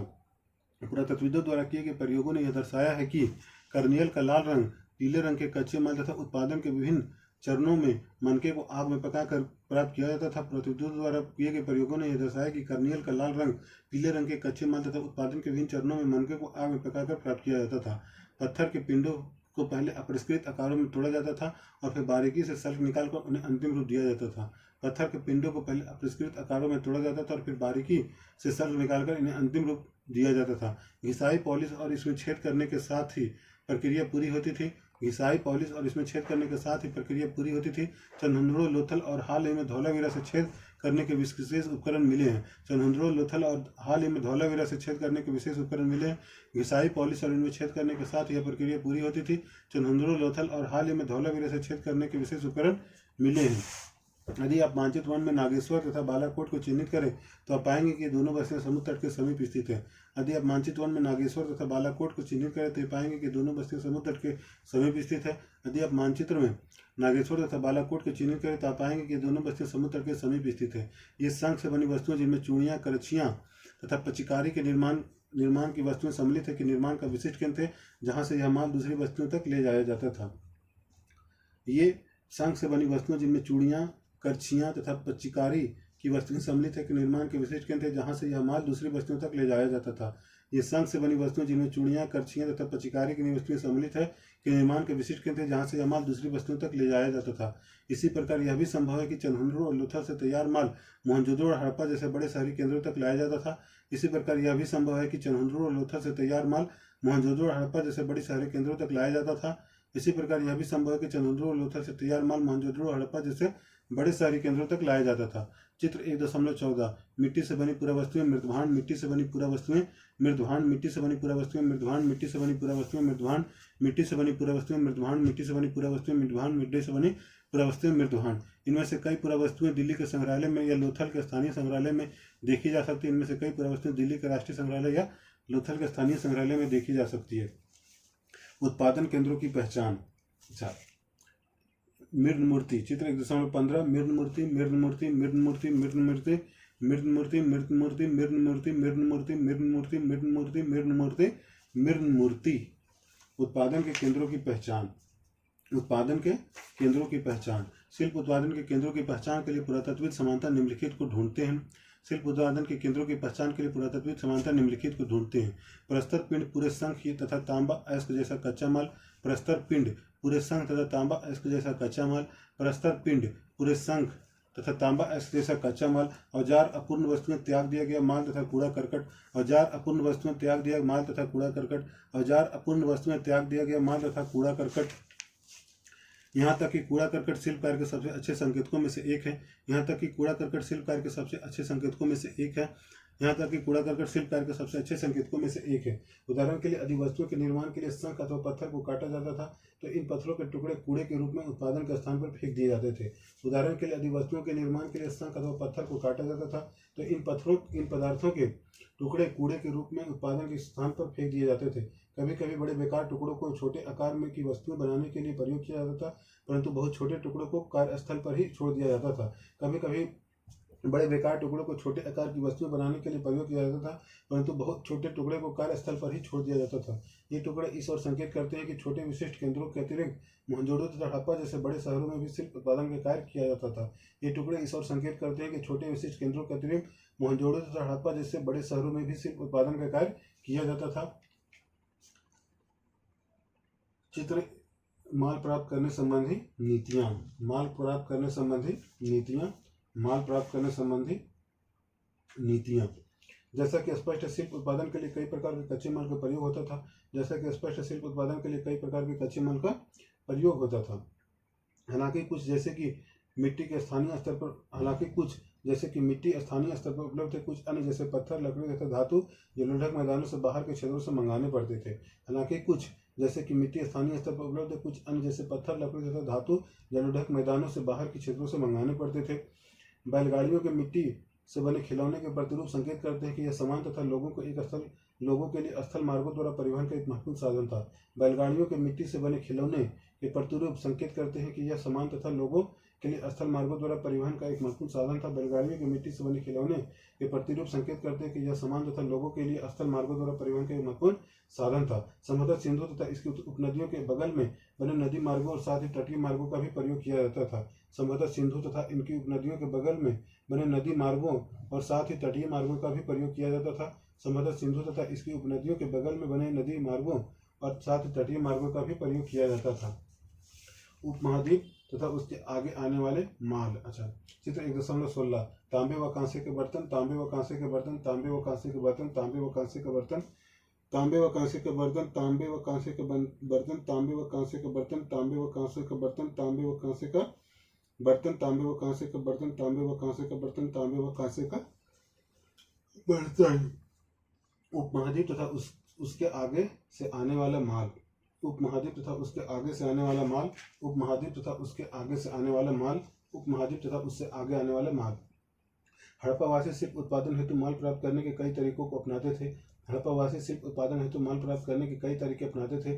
उदाहरण के लिए उन्होंने नागेश्वर और बालाकोट में जहां संघ आसानी से उपलब्ध था बस्तियां स्थापित की। उदाहरण के लिए उन्होंने नागेश्वर और बालाकोट में जहां संघ आसानी से उपलब्ध था बस्तियां स्थापित की। उदाहरण के लिए उन्होंने नागेश्वर और बालाकोट में जहां संघ आसानी से उपलब्ध था बस्तियां स्थापित की। ऐसे ही कुछ अन्य पुरस्कार थे। सुदूर अफगानिस्तान में सुर्तुघोई जो अत्यंत कीमती माने जाने वाले नीले रंग के पत्थर लाजवर मणि के सबसे अच्छे स्रोत के निकट स्थित था। ऐसे ही कुछ अन्य पुरस्कार थे। सुदूर अफगानिस्तान में सुर्तुघोई जो अत्यंत कीमती माने जाने वाले नीले रंग के पत्थर लाजवर मणि के सबसे अच्छे स्रोत के निकट स्थित था। ऐसे ही कुछ अन्य पुरस्कार थे। सुदूर अफगानिस्तान में सुर्तुघोई जो अत्यंत कीमती माने जाने वाले नीले रंग के पत्थर लाजवर मणि के सबसे अच्छे स्रोत के निकट स्थित था। तथा लोथल जो कार्नियल गुजरात में भड़ोत शेलखड़ी दक्षिण राजस्थान और उत्तरी गुजरात से और धातु राजस्थान के स्रोतों के निकट था। तथा लोथल जो कार्नियल गुजरात में भड़ोच शेलखड़ी दक्षिणी राजस्थान और उत्तरी गुजरात से और धातु राजस्थान के स्रोतों से निकट था। तथा लोथल जो कार्नियल गुजरात में भड़ोच शेलखड़ी दक्षिणी राजस्थान तथा उत्तरी गुजरात से और धातु राजस्थान के स्रोतों के निकट था। कच्चा माल प्राप्त करने की एक अन्य नीति थी राजस्थान के खेतड़ी अंचल तांबे के लिए तथा दक्षिण भारत सोने के लिए जैसे अभियान क्षेत्रों में अभियान भेजना। कच्चा माल प्राप्त करने की अन्य नीति थी राजस्थान के खेतड़ी अंचल तांबे के लिए तथा दक्षिण भारत सोने के लिए जैसे क्षेत्रों में अभियान भेजना। कच्चा माल प्राप्त करने की अन्य नीति थी राजस्थान के खेतड़ी अंचल तांबे के लिए तथा दक्षिण भारत सोने के लिए जैसे क्षेत्रों में अभियान भेजना। इन अभियानों के माध्यम से स्थानीय समुदायों के संपर्क स्थापित किया जाता था। इन अभियानों के माध्यम से स्थानीय समुदायों से संपर्क स्थापित किया जाता था। इन इलाकों में यदा कदा मिलने वाले हड़प्पा पुरावस्तुएं ऐसे संपर्कों के संकेतक है। इन इलाकों में यदा कदा मिलने वाले हड़प्पाई पुरावस्तुएं ऐसे संपर्कों के संकेतक है। खेतड़ी क्षेत्र में मिले साक्ष्यों को पुरातत्वविदों ने गणेश्वर जोधपुरा संस्कृति का नाम दिया है। खेतड़ी क्षेत्र में मिले साक्ष्यों को पुरातत्वविदों ने गणेश्वर जोधपुरा संस्कृति का नाम दिया है। इस संस्कृति के विशिष्ट मृदभांड हड़प्पाई मृदभांडों से भिन्न थे तथा यहाँ तांबे की वस्तुओं की असाधारण संपदा मिली थी। इस संस्कृति के विशिष्ट मृदभांड हड़प्पाई मृदभांडों से भिन्न थे तथा यहाँ तांबे की वस्तुओं की असाधारण संपदा मिली है। ऐसा संभव है कि इस क्षेत्र के निवासी हड़प्पा सभ्यता के लोगों को तांबा भेजते थे। ऐसा संभव है कि इस क्षेत्र के निवासी हड़प्पा सभ्यता के लोगों को तांबा भेजते थे। नागेश्वर और बालाकोट संख। नागेश्वर बालाकोट संख। नागेश्वर और बालाकोट संख। नागेश्वर और बालाकोट संख। नागेश्वर और बालाकोट संख। सुर्तुघोई लाजवर मणि। सुर्तुघोई लाजवर मणि। सुर्तुघोई लाजवर मणि। सुर्तुघोई लाजवर मणि। सुर्तुघोई लाजवर मणि। लोथल कर्नील पत्थर। लोथल कर्नील पत्थर। लोथल कर्नील पत्थर। लोथल कर्नील पत्थर। लोथल कर्नील पत्थर। शेलखड़ी दक्षिणी राजस्थान तथा उत्तर गुजरात। शेलखड़ी दक्षिणी राजस्थान तथा उत्तरी गुजरात। शेलखड़ी दक्षिणी राजस्थान तथा उत्तरी गुजरात। शेलखड़ी दक्षिणी राजस्थान तथा उत्तरी गुजरात। शेलखड़ी दक्षिणी राजस्थान तथा उत्तरी गुजरात। तांबा राजस्थान। तांबा राजस्थान। तांबा राजस्थान। तांबा राजस्थान। तांबा राजस्थान। तांबा राजस्थान। तांबा राजस्थान। तांबा राजस्थान। सोना दक्षिण भारत। सोना दक्षिण भारत। सोना दक्षिण भारत। सोना दक्षिण भारत। सोना दक्षिण भारत। सोना दक्षिण भारत। सोना दक्षिण भारत। सोना दक्षिण भारत। सुदूर क्षेत्रों से संपर्क 6.2। सुदूर क्षेत्रों से संपर्क। सुदूर क्षेत्रों से संपर्क। सुदूर क्षेत्रों से संपर्क। सुदूर क्षेत्रों से संपर्क। हाल ही में हुई पुरातत्विक खोजें इंगित करती है कि तांबा संभवतः अरब प्रायद्वीप के दक्षिण पश्चिम छोर में स्थित ओमान से भी लाया जाता था। हाल में हुई पुरातत्विक खोजें इंगित करती है कि तांबा संभवतः अरब प्रायद्वीप के दक्षिण पश्चिम छोर पर स्थित ओमान से भी लाया जाता था। रासायनिक विश्लेषण दर्शाते हैं कि ओमानी तांबे तथा हड़प्पाई पुरावस्तुओं दोनों में निकल के अंश मिले हैं जो दोनों देशों के साझा उद्भव की ओर संकेत करते हैं। रासायनिक विश्लेषण दर्शाते हैं कि ओमानी तांबे तथा हड़प्पाई पुरावस्तुओं दोनों में निकल के अंश मिले हैं जो दोनों के साझा उद्भव की ओर संकेत करते हैं। रासायनिक विश्लेषण दर्शाते हैं कि ओमानी तांबे तथा हड़प्पाई पुरावस्तुएं दोनों में निकल के अंश मिले हैं जो दोनों को साझा उद्भव की ओर संकेत करते हैं। संपर्क के और भी संकेत मिलते हैं। एक विशेष प्रकार का पात्र अर्थात एक बड़ा हड़प्पाई मर्तबान जिसके ऊपर काली मिट्टी की एक मोटी परत चढ़ाई गई थी ओमानी स्थलों से मिला है। संपर्क के और भी संकेत मिलते हैं। एक विशेष प्रकार का पात्र अर्थात एक बड़ा हड़प्पाई मर्तबान जिसके ऊपर काली मिट्टी की एक मोटी परत चढ़ाई गई थी ओमानी स्थलों से मिला है। ऐसी मोटी परतें तरल पदार्थों के रिसाव को रोक देती है। हमें यह नहीं पता कि इन पात्रों में क्या रखा जाता था, पर यह संभव है कि हड़प्पा सभ्यता के लोग इनमें रखे सामानों का ओमानी तांबों से विनिमय करते थे। ऐसी मोटी परतें तरल पदार्थों के रिसाव को रोक देती है। हमें यह नहीं पता कि इन पात्रों में क्या रखा जाता था, पर यह संभव है कि हड़प्पाई सभ्यता के लोग इनमें रखे सामान का ओमानी तांबों से विनिमय करते थे। ऐसी मोटी परतें तरल पदार्थों के रिसाव को रोक देती है। हमें यह नहीं पता कि इन पात्रों में क्या रखा जाता था, पर यह संभव है कि हड़प्पाई सभ्यता के लोग इनमें रखे सामान का ओमानी तांबों से विनिमय करते थे। ओमान से मिला एक हड़प्पाई मर्तमान। ओमान से मिला एक हड़प्पाई मर्तमान। ओमान से मिला एक हड़प्पाई मर्तमान। ओमान से मिला एक हड़प्पाई मर्तमान। ओमान से मिला एक हड़प्पाई मर्तमान। ओमान से मिला एक हड़प्पाई मर्तमान। ओमान से मिला एक हड़प्पाई मर्तमान। ओमान से मिला एक हड़प्पाई मर्तमान। तीसरी शताब्दी ईसा पूर्व में दिनांकित मेसोपोटामिया के लेखों में मगान, जो संभवतः ओमान के लिए प्रयुक्त नाम था, नामक क्षेत्र से तांबे के आगमन के संदर्भ मिलते हैं। तीसरी शताब्दी ईसा पूर्व में दिनांकित मेसोपोटामिया के लेखों में मगान, जो संभवतः ओमान के लिए प्रयुक्त नाम था, नामक क्षेत्र से तांबे के आगमन के संदर्भ मिलते हैं। तीसरी शताब्दी ईसा पूर्व में दिनांकित मेसोपोटामिया के लेखों में मगान, जो संभवतः ओमान के लिए प्रयुक्त नाम था, नामक क्षेत्र से तांबे के आगमन के संदर्भ मिलते हैं।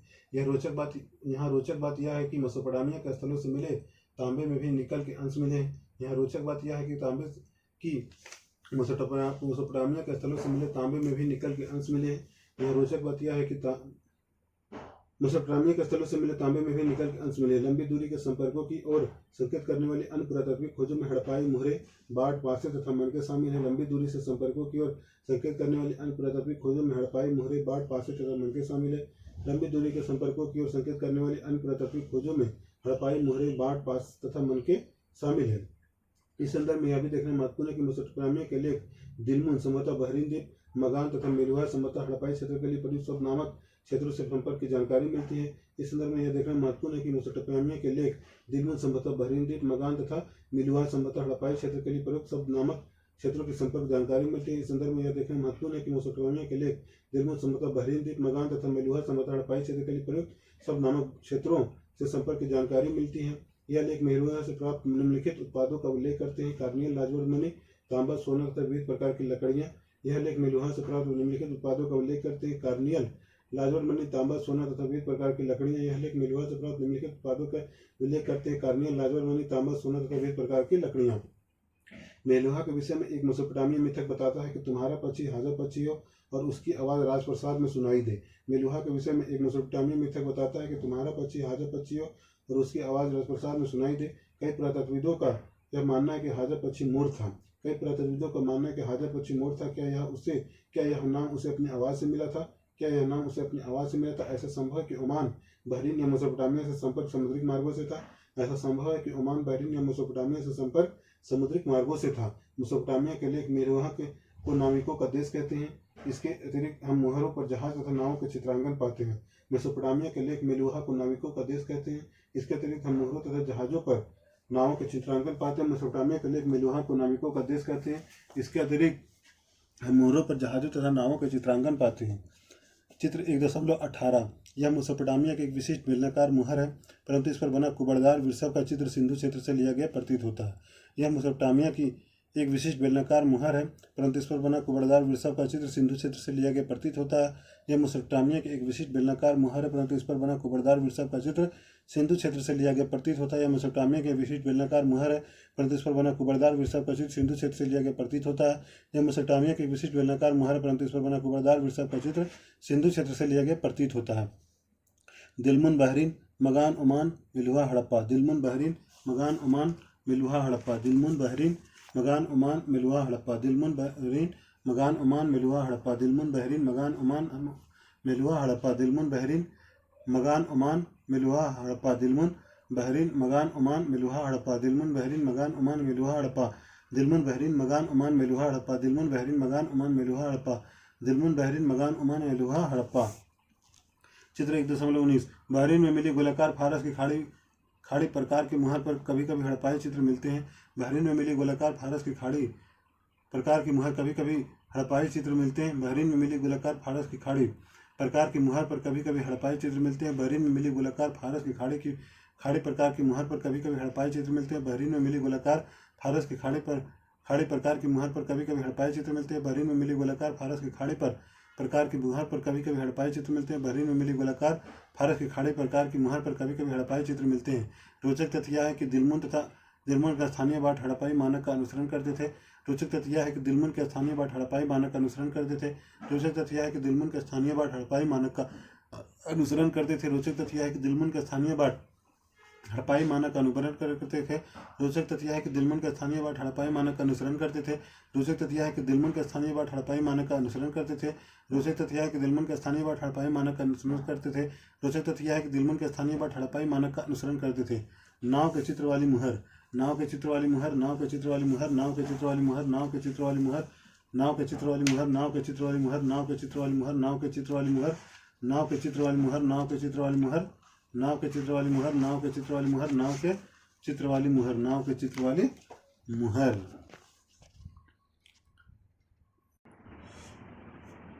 मुहरे लिपि तथा बाट, मुहरे लिपि तथा बाट, मुहरे लिपि तथा बाट।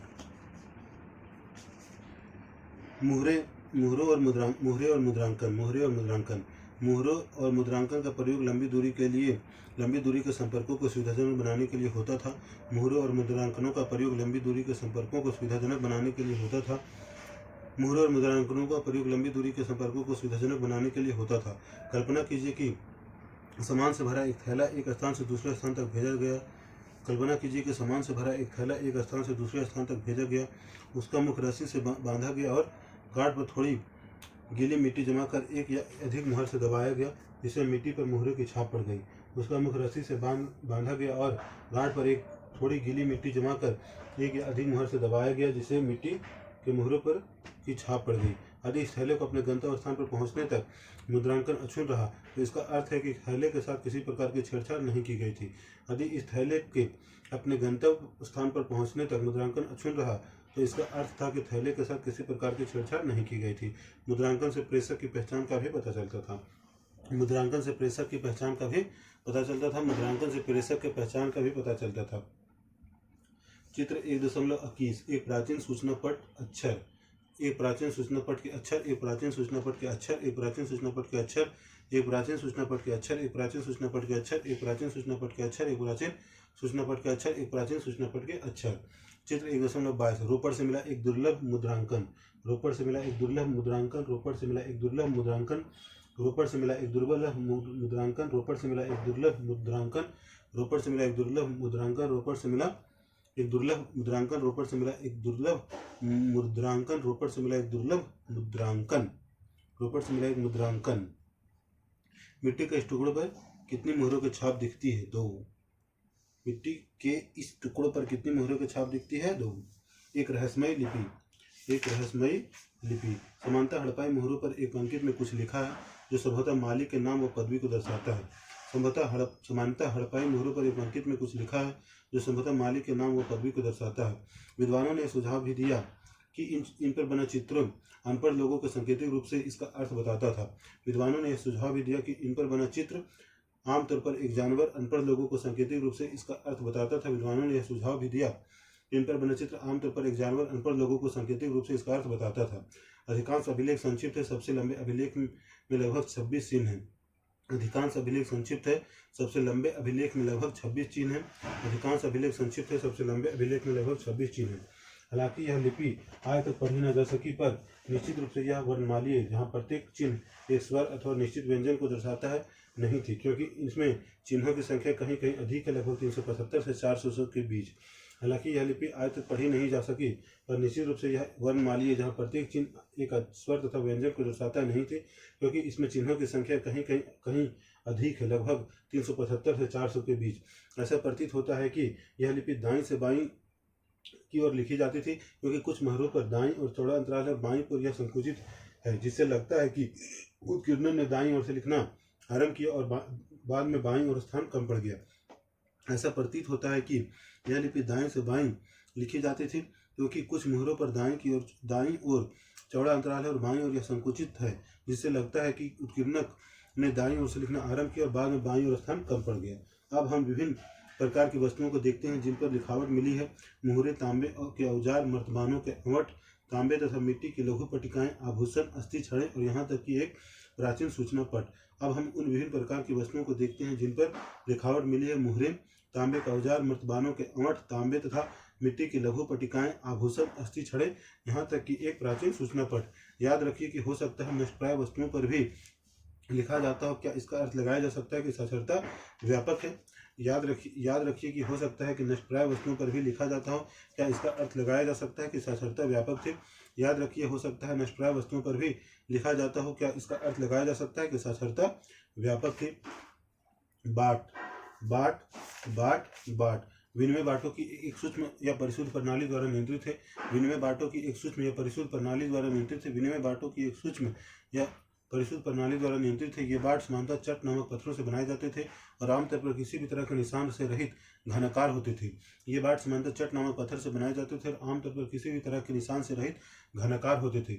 इन बाटों के निचले मानदंड द्विधारी थे जबकि ऊपरी मानदंड दशमलव प्रणाली का अनुसरण करते थे। इन बाटों के निचले मानदंड द्विधारी थे जबकि ऊपरी मानदंड दशमलव प्रणाली का अनुसरण करते थे। इन बाटों का निचले मानदंड द्विधारी थे जबकि ऊपरी मानदंड दशमलव प्रणाली का अनुसरण करते थे। छोटे बाटों का प्रयोग सामान्यतः आभूषणों और मनकों को तौलने के लिए किया जाता था। छोटे बाटों का प्रयोग सामान्यतः आभूषणों और मनकों को तौलने के लिए किया जाता था। धातु से बने तराजू के पलरे भी मिले हैं। धातु से बने तराजू के पलरे भी मिले। धातु से बने तराजू के पलरे भी मिले। प्राचीन सत्ता। प्राचीन सत्ता। हड़प्पाई समाज जटिल फैसले लेने और उन्हें कार्यान्वित करने के संकेत मिलते हैं। हड़प्पाई समाज में जटिल फैसले लेने और उन्हें कार्यान्वित करने के संकेत मिलते हैं। उदाहरण के लिए हड़प्पाई पुरावस्तुओं में असाधारण एकरूपता को ही ले ले, जैसे कि मृत भांडों, मोहरों, बाटों तथा ईंटों से स्पष्ट है। उदाहरण के लिए हड़प्पाई पुरावस्तुओं में असाधारण एकरूपता को ही ले ले, जैसे कि मृत भांडों, मोहरों, बाटों तथा ईंटों से स्पष्ट है। महत्वपूर्ण बात यह है कि ईंटों जिनका उत्पादन स्पष्ट रूप से किसी एक केंद्र पर नहीं होता था, जम्मू से गुजरात तक पूरे क्षेत्र में समान अनुपात की थी। महत्वपूर्ण बात यह है कि ईंटें जिनका उत्पादन स्पष्ट रूप से किसी एक केंद्र पर नहीं होता था, जम्मू से गुजरात तक पूरे क्षेत्र में समान अनुपात की थी। हमने यह भी देखा है कि अलग अलग कारणों से बस्तियां विशेष स्थानों पर आवश्यकता अनुसार स्थापित की गई थी। हमने यह भी देखा है कि अलग अलग कारणों से बस्तियां विशेष स्थानों पर आवश्यकता अनुसार स्थापित की गई थी। इसके अतिरिक्त ईंटें बनाने और विशाल दीवारों तथा चबूतरों का निर्माण के लिए श्रम संगठित किया गया था। इसके अतिरिक्त ईंटें बनाने और विशाल दीवारों तथा चबूतरे के निर्माण के लिए श्रम संगठित किया गया था। इन सभी क्रियाकलापों को कौन संगठित करता था? इन सभी क्रियाकलापों को कौन संगठित करता था? प्रसाद तथा शासक। प्रसाद तथा शासक। प्रसाद तथा शासक सत्ता के केंद्र अथवा सत्ताधारी लोगों के विषय में पुरातात्विक विवरण हमें कोई त्वरित उत्तर नहीं देते। सत्ता के केंद्र अथवा सत्ताधारी लोगों के विषय में पुरातात्विक विवरण हमें कोई त्वरित उत्तर नहीं देते। पुरातत्वविदों ने मोहनजोदड़ो से मिले एक विशाल भवन को एक प्रसाद की संज्ञा दी, परंतु इससे संबंध कोई भव्य वस्तु नहीं मिली है। पुरातत्वविदों ने मोहनजोदड़ो से मिले एक विशाल भवन को एक प्रसाद की संज्ञा दी, परंतु इससे संबंध कोई भव्य वस्तु नहीं मिली है। एक पत्थर की मूर्ति को पुरोहित राजा की संज्ञा दी गई थी, यह नाम आज भी प्रचलित है। एक पत्थर की मूर्ति को पुरोहित राजा की संज्ञा दी गई थी, यह नाम आज भी प्रचलित है। ऐसा इसलिए है क्योंकि पुरातत्वविद मेसोपोटामिया के इतिहास तथा वहाँ के पुरोहित राजाओं से परिचित थे और यही समानताएं उन्हें सिंधु क्षेत्र में भी ढूंढी। ऐसा इसलिए है क्योंकि पुरातत्वविद मेसोपोटामिया के इतिहास तथा वहाँ के पुरोहित राजाओं से परिचित थे और यही समानताएं उन्होंने सिंधु क्षेत्र में भी ढूंढी। लेकिन जैसा हम देखेंगे, हड़प्पा सभ्यता की अनुष्ठानिक प्रथाएं अभी तक तो ठीक प्रकार से समझी नहीं जा सकी है और न ही यह जानने के साधन उपलब्ध है कि क्या जो लोग इन अनुष्ठानों का निष्पादन करते थे उन्हीं के पास राजनीतिक सत्ता होती थी। लेकिन जैसा कि हम देखेंगे, हड़प्पा सभ्यता की अनुष्ठानिक प्रथाएं अभी तक ठीक प्रकार से समझी नहीं जा सकी है और न ही यह जानने का साधन उपलब्ध है कि क्या जो लोग इन अनुष्ठानों का निष्पादन करते थे उन्हीं के पास राजनीतिक सत्ता प्राप्त होती थी। कुछ पुरातत्वविद इस मत के हैं कि हड़प्पाई समाज में शासक नहीं थे तथा सभी की सामाजिक स्थिति समान थी। कुछ पुरातत्वविद इस मत के हैं कि हड़प्पाई समाज में शासक नहीं थे तथा सभी की सामाजिक स्थिति समान थी। कुछ पुरातत्वविद इस मत के हैं कि हड़प्पाई समाज में शासक नहीं थे तथा सभी की सामाजिक स्थिति समान थी। दूसरे पुरातत्वविदों यह मानते हैं कि यहाँ कोई एक नहीं बल्कि कई शासक थे, जैसे मोहनजोदड़ो, हड़प्पा के आदि के अपने अपने अलग राजा होते थे। दूसरे पुरातत्वविद यह मानते हैं कि यहाँ कोई एक नहीं बल्कि कई शासक होते थे, जैसे मोहनजोदड़ो, हड़प्पा आदि के अपने अलग अलग राजा होते थे। कुछ और यह तर्क देते हैं कि यह एक ही राय था, जैसे कि पुरावस्तुओं में समानताओं, नियोजित बस्तियों के साक्ष्यों, ईंटों के आकार में निश्चित अनुपात तथा बस्तियों के कच्चे माल के स्रोत के समीप स्थापित होने से स्पष्ट है। कुछ और यह तर्क देते हैं कि यह एक ही राज्य था, जैसे कि पुरावस्तुओं में समानताओं, नियोजित बस्तियों के साक्ष्यों, ईंटों के आकार में निश्चित अनुपात तथा बस्तियों के कच्चे माल के स्रोत के समीप संस्थापित होने से स्पष्ट है। कुछ और यह तर्क देते हैं कि यह एक ही राज्य था, जैसे कि पुरावस्तुओं में समानताओं, नियोजित बस्तियों के साक्ष्यों, ईंटों के आकार में निश्चित अनुपात तथा बस्तियों के कच्चे माल के स्रोत के समीप संस्थापित होने से स्पष्ट है।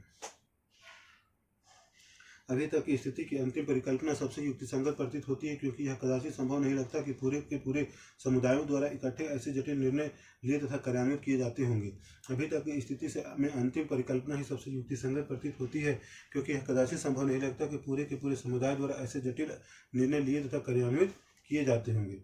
चित्र 1.3। एक पुरोहित राजा। एक पुरोहित राजा। एक पुरोहित राजा। एक पुरोहित राजा। एक पुरोहित राजा। एक पुरोहित राजा। एक पुरोहित राजा। एक पुरोहित राजा। एक पुरोहित राजा। एक पुरोहित राजा। एक पुरोहित राजा। एक पुरोहित राजा। एक पुरोहित राजा। एक पुरोहित राजा। सभ्यता का अंत। सभ्यता का अंत। रेखा चित्र पैमाना नहीं दिया गया है। मानचित्र 4। उत्तर हड़प्पा के क्षेत्र। उत्तर हड़प्पा के क्षेत्र। उत्तर हड़प्पा के क्षेत्र। उत्तर हड़प्पा के क्षेत्र। उत्तर हड़प्पा के क्षेत्र। उत्तर हड़प्पा के क्षेत्र। उत्तर हड़प्पा का क्षेत्र स्वात स्वाधान एच उत्तरवर्ती सिसवल स्वात स्वाधान स्वात स्वात स्वात स्वात स्वात स्वात स्वात स्वात स्वात स्वात स्वात स्वाधान एच स्वाधान एच स्वाधान एच स्वाधान एच स्वाधान एच स्वाधान एच स्वाधान एच स्वाधान एच स्वाधान एच स्वाधान एच स्वाधान एच उत्तरवर्ती सिसवल उत्तरवर्ती सिसवल उत्तरवर्ती सिसवल उत्तरवर्ती सिसवल उत्तरवर्ती सिसवल उत्तरवर्ती सिसवल उत्तरवर्ती सिसवल उत्तरवर्ती सिसवल उत्तरवर्ती सिसवल उत्तरवर्ती सिसवल उत्तरवर्ती Siswal Jhukar Jhukar Jhukar Jhukar Jhukar Jhukar Jhukar Jhukar Jhukar Jhukar Jhukar Jhukar Rangpur two BC Rangpur two BC Rangpur two BC Rangpur two BC Rangpur two BC Rangpur two BC Rangpur two BC Rangpur two BC Rangpur two BC स्वाधान स्वात स्वाधान एच उत्तरवर्ती सिसल झुकर रंगपुर टू बीसी स्वात स्वाधान एच उत्तरवर्ती सिसल झुकर रंगपुर टू बीसी स्वात स्वाधान एच उत्तरवर्ती सिसल झुकर रंगपुर टू बीसी स्वात स्वाधान एच उत्तरवर्ती सिसवल झुकर रंगपुर टू बीसी स्वात स्वाधान एच उत्तरवर्ती सिसवल झुकर रंगपुर टू बीसी स्वात स्वाधान एच उत्तरवर्ती सिसवल झुकर रंगपुर टू बीसी स्वात स्वाधान एच उत्तरवर्ती सिसल झुकर रंगपुर टू बीसी स्वात स्वाधान एच उत्तरवर्ती सिसवल झुकर रंगपुर टू बीसी स्वात स्वाधान एच उत्तरवर्ती सिसवल झुकर रंगपुर टू बीसी स्वात स्वाधान एच उत्तरवर्ती सिसवल झुकर रंगपुर टू बीसी स्वात स्वाधान एच उत्तरवर्ती सिसवल झुकर रंगपुर टू बीसी सभ्यता का अंत सभ्यता का अंत ऐसे साक्ष्य मिले जिनके अनुसार लगभग 1800 ईसा पूर्व तक चिलिस्तान जैसे क्षेत्रों में अधिकांश विकसित हड़प्पा स्थलों को त्याग दिया गया था। ऐसे साक्ष्य मिले हैं जिनके अनुसार लगभग 1800 ईसा पूर्व तक चिलिस्तान जैसे क्षेत्रों में अधिकांश विकसित हड़प्पा स्थलों को त्याग दिया गया था। ऐसे साक्ष्य मिले हैं जिनके अनुसार लगभग 1800 ईसा पूर्व तक चिलिस्तान जैसे क्षेत्रों में अधिकांश विकसित हड़प्पा स्थलों को त्याग दिया गया था। इसके साथ ही गुजरात हरियाणा तथा पश्चिमी उत्तर प्रदेश की नई बस्तियों में आबादी बढ़ने लगी थी। इसके साथ ही गुजरात हरियाणा तथा पश्चिमी उत्तर प्रदेश की नई बस्तियों में आबादी बढ़ने लगी थी।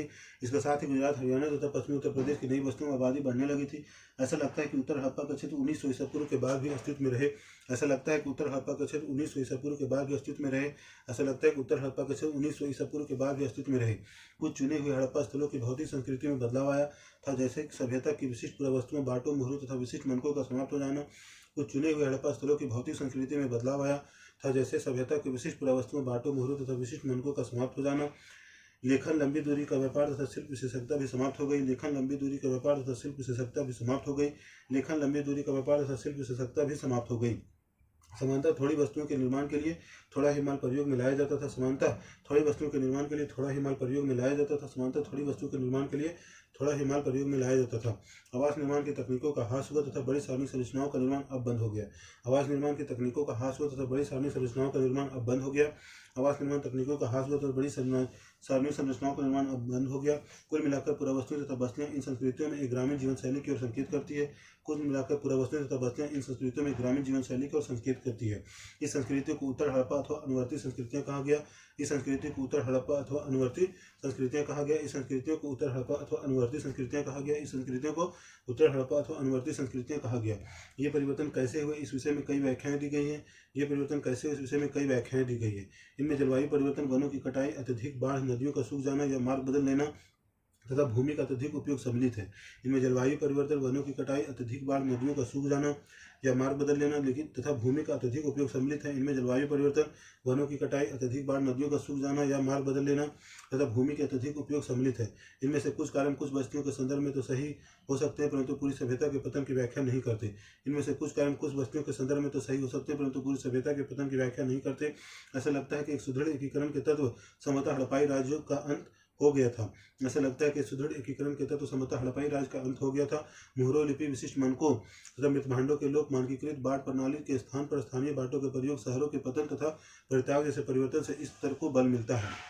मुहरों, लिपि, विशिष्ट मनकों तथा मृतभांडों के लोप, मानकीकृत बाट प्रणाली के स्थान पर स्थानीय बाटों के प्रयोग, शहरों के पतन तथा परित्याग जैसे परिवर्तनों से इस तर्क को बल मिलता है। उपमहाद्वीप को पूरी तरह से अलग क्षेत्र में नए शहर के विकास के लिए एक सहस्राब्दी से भी अधिक समय प्रतीक्षा करनी पड़ी। उपमहाद्वीप को एक पूरी तरह से अलग क्षेत्र में नए शहरों के विकास के लिए एक सहस्राब्दी से भी अधिक समय तक प्रतीक्षा करनी पड़ी।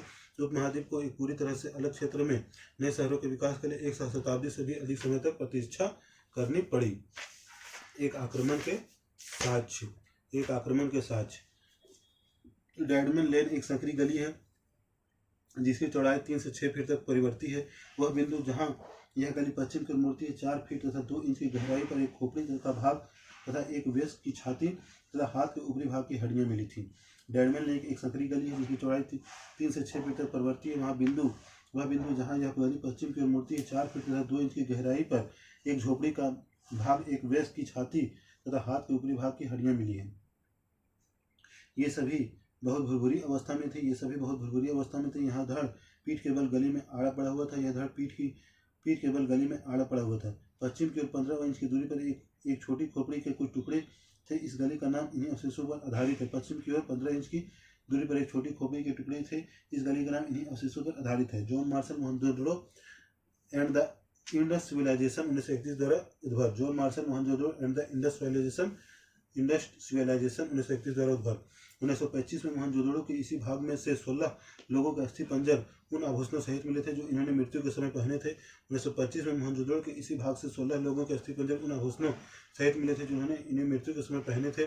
बहुत समय पश्चात 1947 में R.E.M. व्हीलर ने, जो भारतीय पुरातत्व सर्वेक्षण के तत्कालीन डायरेक्टर जनरल थे, इन पुरातत्विक साक्ष्यों का उपमहाद्वीप से ज्ञात प्राचीनतम ग्रंथ ऋग्वेद के साक्ष्यों से संबंध स्थापित करने का प्रयास किया। बहुत समय पश्चात 1947 में R.E.M. व्हीलर ने, जो भारतीय पुरातत्विक सर्वेक्षण के तत्कालीन डायरेक्टर जनरल थे, इन पुरातत्विक साक्ष्यों का उपमहाद्वीप से ज्ञात प्राचीनतम ग्रंथ ऋग्वेद के साक्ष्यों के संबंध स्थापित करने का प्रयास किया। उन्होंने लिखा, ऋग्वेद में पूर्व शब्द का उल्लेख है जिसका अर्थ प्राचीर, किला या गढ़। आर्य युद्धों के देवता इंद्र को पुरंदर अर्थात गढ़ विनंसा कहा गया। ऋग्वेद में पूर्व शब्द का उल्लेख है जिसका अर्थ है प्राचीर, किला या गढ़। आर्यों के युद्ध देवता इंद्र को पुरंदर अर्थात गढ़ विनंसा कहा गया। ये दुर्ग कहाँ है या थे? पहले यह माना गया था कि ये मिथक मात्र हैं। हड़प्पा में हाल में हुए उत्खननों ने मानव परिदृश्य को बदल दिया है। ये दुर्ग कहाँ है या थे? पहले यह माना गया कि ये मिथक मात्र थे। हड़प्पा में हाल में हुए उत्खननों ने मानव परिदृश्य बदल दिया। यहाँ मुख्यतः अनार्य प्रकार की एक बहुत विकसित सभ्यता पाते हैं जिसमें अप्राप्त जानकारी के अनुसार विशाल किलेबंदी की गई थी। यह सुदृढ़ रूप से स्थिर सभ्यता कैसे नष्ट हुई? यहाँ मुख्यतः अनार्य प्रकार की एक बहुत विकसित सभ्यता पाते हैं जिसमें अप्राप्त जानकारी के अनुसार विशाल किलेबंदियाँ की गई थी। यह सुदृढ़ रूप से स्थिर सभ्यता कैसे नष्ट हुई? हो सकता है जलवायु संबंधी आर्थिक अथवा राजनीतिक हास ने इसे कमजोर किया हो, पर अधिक संभावना इस बात की है कि जानबूझकर तथा बड़े पैमाने पर किए गए विनाश ने इसे अंतिम रूप से समाप्त कर दिया। हो सकता है कि जलवायु संबंधी आर्थिक अथवा राजनीतिक हास ने इसे कमजोर किया हो, पर अधिक संभावना इस बात की है कि जानबूझकर तथा बड़े पैमाने पर किए गए विनाश से इसे अंतिम रूप से समाप्त कर दिया गया। यह मात्र संयोग नहीं हो सकता कि मोहनजोदड़ो के अंतिम चरण में आभास होता है कि यहाँ पुरुषों, महिलाओं तथा बच्चों का जनसंहार किया गया था। परिस्थितिक साक्ष्यों के आधार पर इंद्र को अभियुक्त माना जाता है। यह मात्र संयोग ही नहीं हो सकता कि मोहनजोदड़ो के अंतिम चरण में आभास होता है कि यहाँ पुरुषों, महिलाओं तथा बच्चों का जनसंहार किया गया था। परिस्थितिक साक्ष्यों के आधार पर इंद्र को अभिव्यक्त माना जाता था। R.E.M. Wheeler, Harappa 1946, ancient India journal से 1947 से उद्भव। R.E.M. Wheeler, Harappa 1946, ancient Indus journal 1947 से उद्भव। 1960 के दशक में जॉर्ज डेल्स नामक पुरातत्वविदों ने मोहनजोदड़ो में जनसंहार के साक्ष्यों पर सवाल उठाए। उन्होंने दिखाया कि उस स्थान पर मिले सभी अस्थिपंजर एक ही काल से संबद्ध नहीं थे। 1960 के दशक में जॉर्ज डेल्स नामक पुरातत्वविदों ने मोहनजोदड़ो के जनसंहार के साक्ष्यों पर सवाल उठाए। उन्होंने यह दिखाया कि उस स्थान पर मिले सभी अस्थिपंजर एक ही काल से संबद्ध नहीं थे। हालांकि इनमें से दो निश्चित रूप से संहार के संकेत मिलते हैं, पर अधिकांश अस्थियां जिन संदर्भों में मिली है वे इंगित करते हैं कि ये अत्यंत लापरवाही तथा श्रद्धाहीन तरीके से बनाए गए स्वाधान थे। हालांकि इनमें से दो निश्चित रूप से संहार के संकेत मिलते हैं, पर अधिकांश अस्थियां जिन संदर्भों में मिली वे इंगित करती है कि ये अत्यंत लापरवाही तथा श्रद्धाहीन तरीके से बनाए गए स्वाधान थे। शहर के अंतिम काल से संबंध विनाश का कोई स्तर नहीं है। व्यापक स्तर पर अग्निकांडों के चिन्ह नहीं है। चारों ओर फैले हथियारों के बीच कवचधारी सैनिकों के शव नहीं है। शहर के अंतिम काल से संबंध विनाश का कोई स्तर नहीं है। व्यापक स्तर पर अग्निकांड के चिन्ह नहीं है। चारों ओर फैले हथियारों के बीच कवचधारी सैनिकों के शव नहीं है। दुर्ग से जो शहर का एकमात्र किलेबंद भाग था, अंतिम आत्मरक्षण के कोई साक्ष्य नहीं मिले। दुर्ग से जो शहर का एकमात्र किलेबंदी भाग था, अंतिम आत्मरक्षण के कोई साक्ष्य नहीं मिले हैं। G.F. Dales the mythical massacre at Mohenjodaro expedition 1964 से उद्भव। जैसा कि आप देख सकते हैं कि तथ्यों का सावधानीपूर्वक पुनरीक्षण कभी कभी पूर्ववर्ती व्याख्याओं की पूरी तरह से उलट देता है। जैसा कि आप देख सकते हैं, तथ्यों का सावधानीपूर्वक पुनरीक्षण कभी कभी पूर्ववर्ती व्याख्याओं को पूरी तरह से उलट देता है। हड़प्पा सभ्यता की खोज। हड़प्पा सभ्यता की खोज। हड़प्पा सभ्यता की खोज। हड़प्पा सभ्यता की खोज। जब तक हमने हड़प्पा सभ्यता के विभिन्न पहलुओं का विश्लेषण इस संदर्भ में किया कि किस प्रकार पुरातत्वविदों ने भौतिक अवशेषों से प्राप्त साक्ष्यों के माध्यम से एक आकर्षक इतिहास के अलग अलग अंशों को साथ जोड़ा है। अब तक हमने हड़प्पा सभ्यता के विभिन्न पहलुओं का विश्लेषण इस संदर्भ में किया कि किस प्रकार पुरातत्वविदों ने भौतिक अवशेषों से प्राप्त साक्ष्यों के माध्यम से एक आकर्षक इतिहास के अलग अलग अंशों को एक साथ जोड़ा है। लेकिन एक और कहानी भी है कि किस प्रकार पुरातत्वविदों ने सभ्यता की खोज की। जब हड़प्पा सभ्यता के शहर नष्ट हो गए तो लोग धीरे धीरे उनके विषय में सब भूल गए। उनके विषय में सब कुछ भूल गए। जब लोगों ने इस क्षेत्र में शताब्दियों बाद रहना आरंभ किया तो वे नहीं समझ पाए कि बाढ़ या मिट्टी के कटाव के कारण अथवा खेत की जुताई के समय या फिर खजाने के लिए खुदाई के समय यदाकदा धरती की सतह पर आने वाली अपरिचित पुरावस्तुओं का क्या अर्थ लगाया जाए। जब लोगों ने इस क्षेत्र में शताब्दियों बाद रहना आरंभ किया तो वे यह नहीं समझ पाए कि बाढ़ या मिट्टी के कटाव के कारण अथवा खेत की जुताई के समय या फिर खजाने के लिए खुदाई के समय यदाकदा धरती की सतह पर आने वाली अपरिचित पुरावस्तुओं का क्या अर्थ लगाया जाए। कनिंघम का भ्रम। जब भारतीय पुरातात्विक सर्वेक्षण के पहले डायरेक्टर जनरल कनिंघम 19वीं शताब्दी के मध्य में पुरातात्विक उत्खनन आरंभ किए, तब पुरातत्वविद अपने अन्वेषणों के मार्गदर्शन के लिए लिखित स्रोतों, साहित्य तथा अभिलेख का प्रयोग अधिक पसंद करते थे। जब भारतीय पुरातात्विक सर्वेक्षण के पहले डायरेक्टर जनरल कनिंघम ने 19वीं शताब्दी के मध्य में पुरातात्विक उत्खनन आरंभ किए, तब पुरातत्वविद अपने अन्वेषणों के मार्गदर्शन के लिए लिखित स्रोतों, साहित्य तथा अभिलेख का प्रयोग अधिक पसंद करते थे। भारतीय पुरातत्विक सर्वेक्षण के पहले डायरेक्टर जनरल कनिंघम। यहाँ तक कि कनिंघम की मुख्य रुचि भी आरंभिक ऐतिहासिक लगभग 6ठी शताब्दी ईसा पूर्व से 4ठी शताब्दी ईस्वी तथा उसके बाद के कालों से संबंधित पुरातत्व में थी। लगभग 6ठी शताब्दी ईसा पूर्व से 4ठी शताब्दी ईस्वी तक उसके बाद के कालों से संबंधित पुरातत्व में थी। आरंभिक वस्तुओं की पहचान के लिए उन्होंने 4ठी से 7वीं शताब्दी ईस्वी के बीच उपमहाद्वीप में आए चीनी बौद्ध तीर्थयात्रियों द्वारा छोड़े गए वृत्तांतों का प्रयोग किया। आरंभिक वस्तुओं की पहचान के लिए उन्होंने 4ठी से 7वीं शताब्दी ईस्वी के बीच उपमहाद्वीप में आए चीनी बौद्ध तीर्थयात्रियों द्वारा छोड़े गए वृत्तांतों का प्रयोग किया। कनिंघम ने अपने सर्वेक्षण के दौरान मिले अभिलेखों का संग्रहण पर लेखन तथा अनुवाद भी किया। उत्खनन के समय वे ऐसी पुरावस्तुओं को खोजने का प्रयास करते जो उनके विचार में सांस्कृतिक महत्व की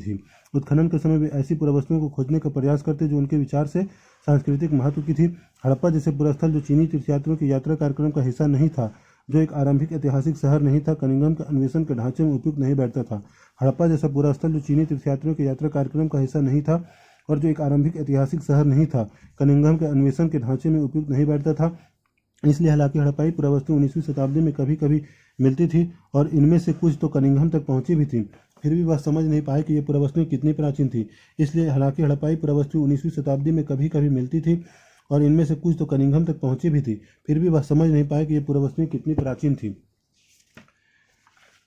एक अंग्रेज ने कनिंघम को एक हड़प्पाई मुहर दी। उन्होंने मुहर पर ध्यान तो दिया, पर उन्होंने उसे एक ऐसे कालखंड में दिनांकित करने का असफल प्रयास किया जिससे वे परिचित थे। एक अंग्रेज ने कनिंघम को एक हड़प्पाई मुहर दी। उन्होंने मुहर पर ध्यान तो दिया, पर उन्होंने उसे एक ऐसे कालखंड में दिनांकित करने का असफल प्रयास किया जिससे वे परिचित थे। ऐसा इसलिए था क्योंकि कई और लोगों की तरह भी उनका यह मानना था कि भारतीय इतिहास का प्रारंभ गंगा घाटी में पनपे पहले शहरों के साथ ही हुआ था।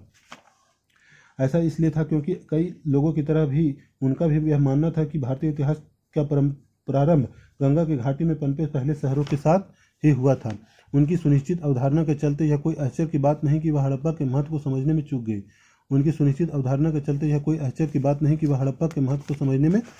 गए। चित्र 1.24 कनिंघम द्वारा हड़प्पा से प्राप्त पहली ज्ञात मुहर का बनाया गया रेखाचित्र। कनिंघम द्वारा हड़प्पा से प्राप्त पहली ज्ञात मुहर का बनाया गया रेखाचित्र। कनिंघम द्वारा हड़प्पा से प्राप्त पहली ज्ञात मुहर का बनाया गया रेखाचित्र। कनिंघम द्वारा हड़प्पा से प्राप्त पहली ज्ञात मुहर का बनाया गया रेखाचित्र। कनिंघम द्वारा हड़प्पा से प्राप्त पहली ज्ञात मुहर का बनाया गया रेखाचित्र। कनिंघम द्वारा हड़प्पा से प्राप्त पहली ज्ञात मुहर का बनाया गया रेखाचित्र। कनिंघम द्वारा हड़प्पा से प्राप्त पहली ज्ञात मुहर का बनाया गया रेखाचित्र। 10.2 एक नवीन प्राचीन सभ्यता। कालांतर में 20वीं शताब्दी के आरंभिक दशकों में दयाराम सहनी जैसे पुरातत्वविदों ने हड़प्पा में मुहरें खोज निकाले जो निश्चित रूप से आरंभिक ऐतिहासिक स्तरों से कहीं अधिक प्राचीन स्तरों से संबंध थी। कालांतर में 20वीं शताब्दी के आरंभिक दशकों में दयाराम सहनी जैसे पुरातत्वविदों ने हड़प्पा में मुहरें खोज निकाली जो निश्चित रूप से आरंभिक ऐतिहासिक स्तरों से कहीं अधिक प्राचीन स्तरों से संबंध थी। अब इनके महत्व को समझा जाने लगा। एक अन्य पुरातत्वविद राखालदास बनर्जी ने हड़प्पा से मिले मुहरों के समान मुहरें मोहनजोदड़ो से खोज निकाली, जिससे अनुमान लगाया गया कि ये दोनों पुरास्थल एक ही पुरातत्विक संस्कृति के भाग थे। अब इनके महत्व को समझा जाने लगा। एक अन्य पुरातत्वविद राखालदास बनर्जी ने हड़प्पा से मिली मोहरे के समान मोहरे मोहनजोदड़ो से खोज निकाले, जिससे अनुमान लगाया जाने लगा कि ये दोनों पुरास्थल एक ही पुरातात्विक संस्कृति के भाग थे। दयाराम सैनी हड़प्पा, राखालदास बनर्जी मोहनजोदड़ो। दयाराम सैनी हड़प्पा, राखालदास बनर्जी मोहनजोदड़ो। दयाराम सैनी हड़प्पा, राखालदास बनर्जी मोहनजोदड़ो। दयाराम सैनी हड़प्पा, राखालदास बनर्जी मोहनजोदड़ो। दयाराम सैनी हड़प्पा, राखालदास बनर्जी मोहनजोदड़ो। दयाराम सैनी हड़प्पा, राखालदास बनर्जी मोहनजोदड़ो। दयाराम सैनी हड़प्पा, राखालदास बनर्जी मोहनजोदड़ो। दयाराम सैनी हड़प्पा, राखालदास बनर्जी मोहनजोदड़ो। दयाराम सैनी हड़प्पा, राखालदास बनर्जी मोहनजोदड़ो। दयाराम सैनी हड़प्पा, राखालदास बनर्जी मोहनजोदड़ो। इन्हीं खोजों के आधार पर 1924 में भारतीय पुरातात्विक सर्वेक्षण के डायरेक्टर जनरल जॉन मार्शल ने पूरे विश्व के समक्ष सिंधु घाटी की एक नवीन सभ्यता की खोज की। इन्हीं खोजों के आधार पर 1924 में भारतीय पुरातात्विक सर्वेक्षण के डायरेक्टर जनरल जॉन मार्शल ने पूरे विश्व के समक्ष सिंधु घाटी में एक नवीन सभ्यता की खोज की। इन्हीं खोजों के आधार पर 1924 में भारतीय पुरातात्विक सर्वेक्षण के डायरेक्टर जनरल जॉन मार्शल ने पूरे विश्व के समक्ष सिंधु घाटी की एक नवीन सभ्यता की खोज की। जैसा कि SN. Rao the story of Indian archaeology में लिखते हैं, मार्शल ने भारत को जहां पाया था उससे 3000 वर्ष पीछे छोड़ा। जैसा कि SN. Rao the story of Indian archaeology में लिखते हैं, मार्शल ने भारत को जहां पाया था उसे 3000 वर्ष पीछे छोड़ा। जैसा कि SN. Rao the story of Indian archaeology में लिखते हैं, मार्शल ने भारत को जहां पाया था उसे 3000 वर्ष पीछे छोड़ा। ऐसा इसलिए था क्योंकि मेसोपोटामिया के पुरास्थलों में हुए उत्खननों से हड़प्पा पुरास्थलों पर मिली मुहरों जैसी पर तब तक पहचानी ना जा सकी मुहरें मिली थी। ऐसा इसलिए था क्योंकि मेसोपोटामिया के पुरास्थलों में हुए उत्खननों से हड़प्पा पुरास्थलों पर मिली मुहरों जैसी पर तब तक पहचानी ना जा सकी मुहरें मिली थी। ऐसा इसलिए था क्योंकि मेसोपोटामिया के पुरास्थलों में हुए उत्खननों से हड़प्पा पुरास्थलों पर मिली मुहरों जैसी पर तब तक की पहचानी ना जा सकी मुहरें मिली थी। इस प्रकार विश्व को न केवल एक नई सभ्यता की जानकारी मिली, पर यह भी कि वह मेसोपोटामिया के समकालीन थी। इस प्रकार विश्व को न केवल एक नई सभ्यता की जानकारी मिली, पर यह भी कि वह मेसोपोटामिया के समकालीन थी। इस प्रकार विश्व को न केवल एक नई सभ्यता की जानकारी मिली, पर वह भी कि वह मेसोपोटामिया के समकालीन थी। भारतीय पुरातात्विक सर्वेक्षण के डायरेक्टर जनरल के रूप में जॉन मार्शल का कार्यकाल वास्तव में भारतीय पुरातत्व की एक व्यापक परिवर्तन का काल था। भारतीय पुरातात्विक सर्वेक्षण के डायरेक्टर जनरल के रूप में जॉन मार्शल का कार्यकाल वास्तव में भारतीय पुरातत्व का एक व्यापक परिवर्तन का काल था। वो भारत में कार्य करने वाले पहले पेशेवर पुरातत्वविद थे और यहाँ यूनान तथा क्रीट में भी अपने कार्यों का अनुभव भी लाए। वे भारत में कार्य करने वाले पहले पेशेवर पुरातत्वविद थे और वे यहाँ यूनान तथा क्रीट में अपने कार्यों का अनुभव भी लाए। हालांकि अधिक महत्वपूर्ण बात यह है कि कनिंघम की तरह ही उन्होंने भी आकर्षक खोजों में दिलचस्पी थी, पर उनमें दैनिक जीवन की पद्धतियों को जानने की भी उत्सुकता थी। हालांकि अधिक महत्वपूर्ण बात यह है कि कनिंघम की तरह ही उन्हें भी आकर्षक खोजों में दिलचस्पी थी, पर उनमें दैनिक जीवन की पद्धतियों को जानने की भी उत्सुकता थी। मार्शल पुरास्थल के स्तर विन्यास को पूरी तरह अनदेखा कर पूरे टीले में समान परिणाम वाली नियमित क्षैतिज इकाइयों के साथ साथ उत्खनन करने का प्रयास करते थे। मार्शल पुरास्थल में स्तर विन्यास को पूरी तरह अनदेखा कर पूरे टीले में समान परिणाम वाली नियमित क्षैतिज इकाइयों के साथ उत्खनन करने का प्रयास करते थे। इसका यह अर्थ हुआ कि अलग अलग स्तरों से संबंध होने पर भी एक इकाई विशेष से प्राप्त सभी पुरावस्तुओं को सामूहिक रूप से वर्गीकृत कर दिया जाता था। इसका यह अर्थ हुआ कि अलग अलग स्तरों से संबंध होने पर भी एक इकाई विशेष से प्राप्त सभी पुरावस्तुओं को एक सामूहिक रूप में वर्गीकृत कर दिया जाता था। परिणामस्वरूप इन खोजों के संदर्भ के विषय में बहुमूल्य जानकारी हमेशा के लिए लुप्त हो जाती थी। परिणामस्वरूप इन खोजों के संदर्भ के विषय में बहुमूल्य जानकारियाँ हमेशा के लिए लुप्त हो जाती थी। पुरास्थल टीले स्तर। पुरास्थल टीले स्तर। पुरास्थल टीले स्तर पुरातात्विक पुरास्थल वस्तुओं और संरचनाओं के निर्माण, प्रयोग और फिर उन्हें त्याग दिए जाने से बनते हैं। पुरातात्विक पुरास्थल वस्तुओं और संरचनाओं के निर्माण, प्रयोग और फिर उन्हें त्याग दिए जाने से बनते हैं। जब लोग एक ही स्थान पर नियमित रूप से रहते हैं तो भूमिखंड के अनवरत उपयोग तथा पुनः उपयोग से आवासीय मलबों का निर्माण हो जाता है, जिन्हें टीला कहते हैं। जब लोग एक ही स्थान पर नियमित रूप से रहते हैं तो भूमिखंड के अनवरत उपयोग तथा पुनः उपयोग से आवासीय मलबों का निर्माण हो जाता है, जिन्हें टीला कहते हैं।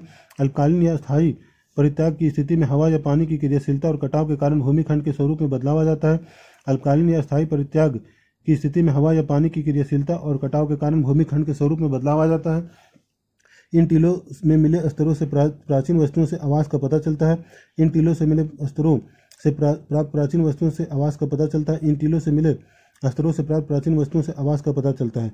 यह स्तर एक दूसरे से रंग, प्रकृति और इनमें भिन्न पुरावस्तुओं के संदर्भ में भिन्न होते हैं। यह स्तर एक दूसरे से रंग, प्रकृति और इनमें मिली पुरावस्तुओं के संदर्भ में भिन्न होते हैं। यह स्तर एक दूसरे से रंग, प्रकृति और इनमें मिली पुरावस्तुओं के संदर्भ में भिन्न होते हैं। परित्यक्त स्तरों, जिन्हें बंजर स्तर कहा जाता है, की पहचान इन सभी लक्षणों के अभाव से की जाती है। परित्यक्त स्तरों, जिन्हें बंजर स्तर कहा जाता है, की पहचान इन सभी लक्षणों के अभाव से की जाती है। परित्यक्त स्तरों, जिन्हें बंजर स्तर कहा जाता है, की पहचान इन सभी लक्षणों के अभाव से की जाती है। समान तौर पर सबसे निचले स्तर प्राचीनतम और सबसे ऊपरी नवीनतम होती है। समान तौर पर सबसे निचले स्तर प्राचीनतम और सबसे ऊपरी नवीनतम होती है। समान तौर पर सबसे निचले स्तर प्राचीनतम और सबसे ऊपरी नवीनतम होती है। इन स्तरों के अध्ययन को स्तर कर्म विज्ञान कहा जाता है। इन स्तरों के अध्ययन को स्तर कर्म विज्ञान कहा जाता है। इन स्तरों के अध्ययन को स्तर कर्म विज्ञान कहा जाता है। स्तरों में मिली पूर्ववस्तुओं के विशेष सांस्कृतिक कालखंडों से संबंध किया जा सकता है, जिसमें एक पूरा स्थल का पूरा सांस्कृतिक कर्म पता किया जा सकता है। स्तरों से मिली पुरावस्तुओं को विशेष सांस्कृतिक कालखंडों में संबद्ध किया जा सकता है, जिससे एक पूरा स्थल का पूरा सांस्कृतिक कर्म पता किया जा सकता है। चित्र 1.25 एक छोटे टीले का अस्तर विन्यास। ध्यान से देखने पर यह पता चलेगा कि सदैव क्षैतिज नहीं है। एक छोटे टीले का अस्तर विन्यास, एक छोटे टीले का अस्तर विन्यास, एक छोटे टीले का अस्तर विन्यास, एक छोटे टीले का अस्तर विन्यास, एक छोटे टीले का अस्तर विन्यास। ध्यान से देखने पर पता चलेगा कि यह स्तर सदैव क्षैतिज नहीं है। ध्यान से देखने पर पता चलेगा यह स्तर सदैव क्षैतिज नहीं है। ध्यान से देखने पर पता चलेगा कि यह स्तर सदैव क्षैतिज नहीं है। नई तकनीकें तथा प्रश्न। नई तकनीकें तथा प्रश्न। नई तकनीकें तथा प्रश्न। 1944 में भारतीय पुरातत्व सर्वेक्षण के डायरेक्टर जनरल REM व्हीलर ने इस समस्या को निदान किया।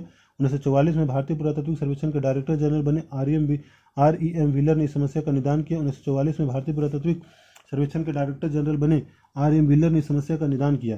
व्हीलर ने पहचाना कि एक समान क्षैतिज इकाइयों के आधार पर खुदाई के बजाय टीलों के स्तर विन्यास का अनुसरण करना अधिक आवश्यक था। व्हीलर ने पहचाना कि एक समान क्षैतिज इकाइयों के आधार पर खुदाई के बजाय टीलों के स्तर विन्यास का अनुसरण करना अधिक आवश्यक था।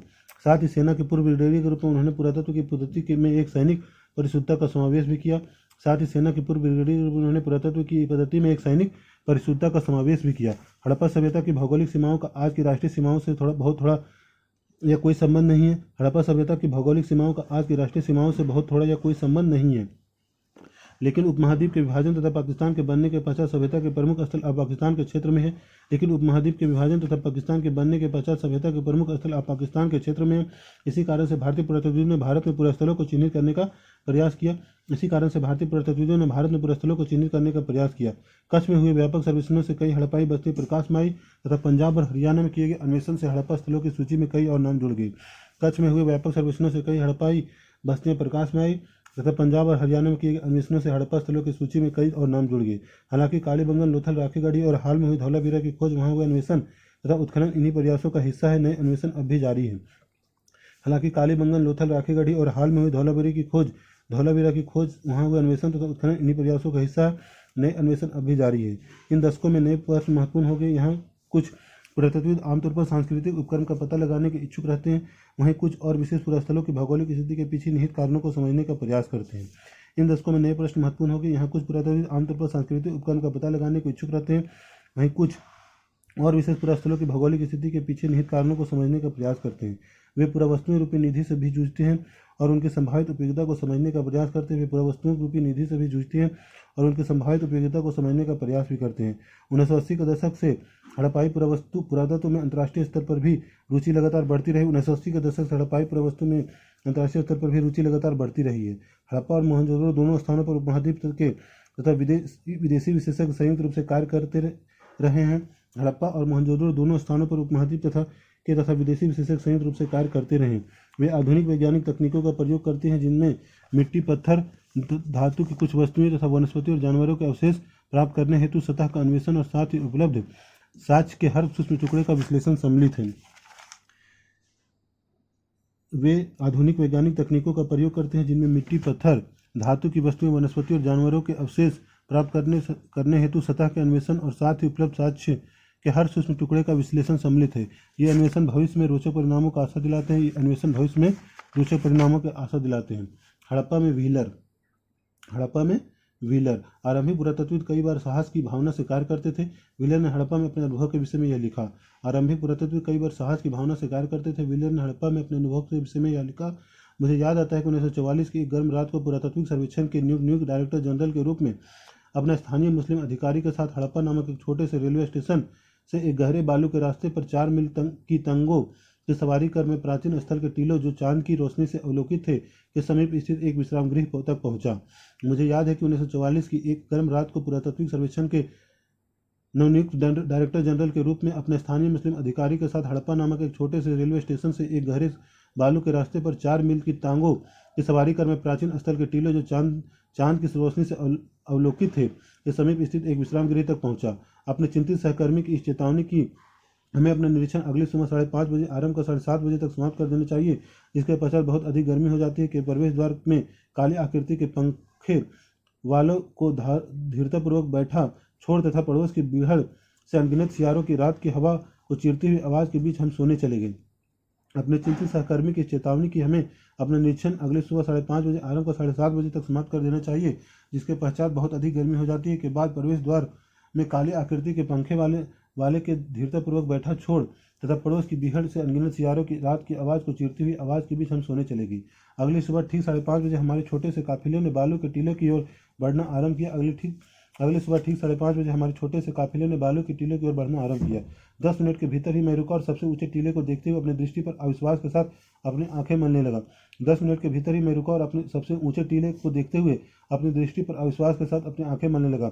6 घंटे बाद भी मेरे घबराए हुए कर्मचारीगण तथा मैं सूर्य की तेज रोशनी में कुदालियों और चाकुओं के साथ कठिन परिश्रम कर रहे थे। मुझे डर है कि मेरे सहयोगी काम के मेरे जुनून के कारण मुझे सनकी न समझ ली।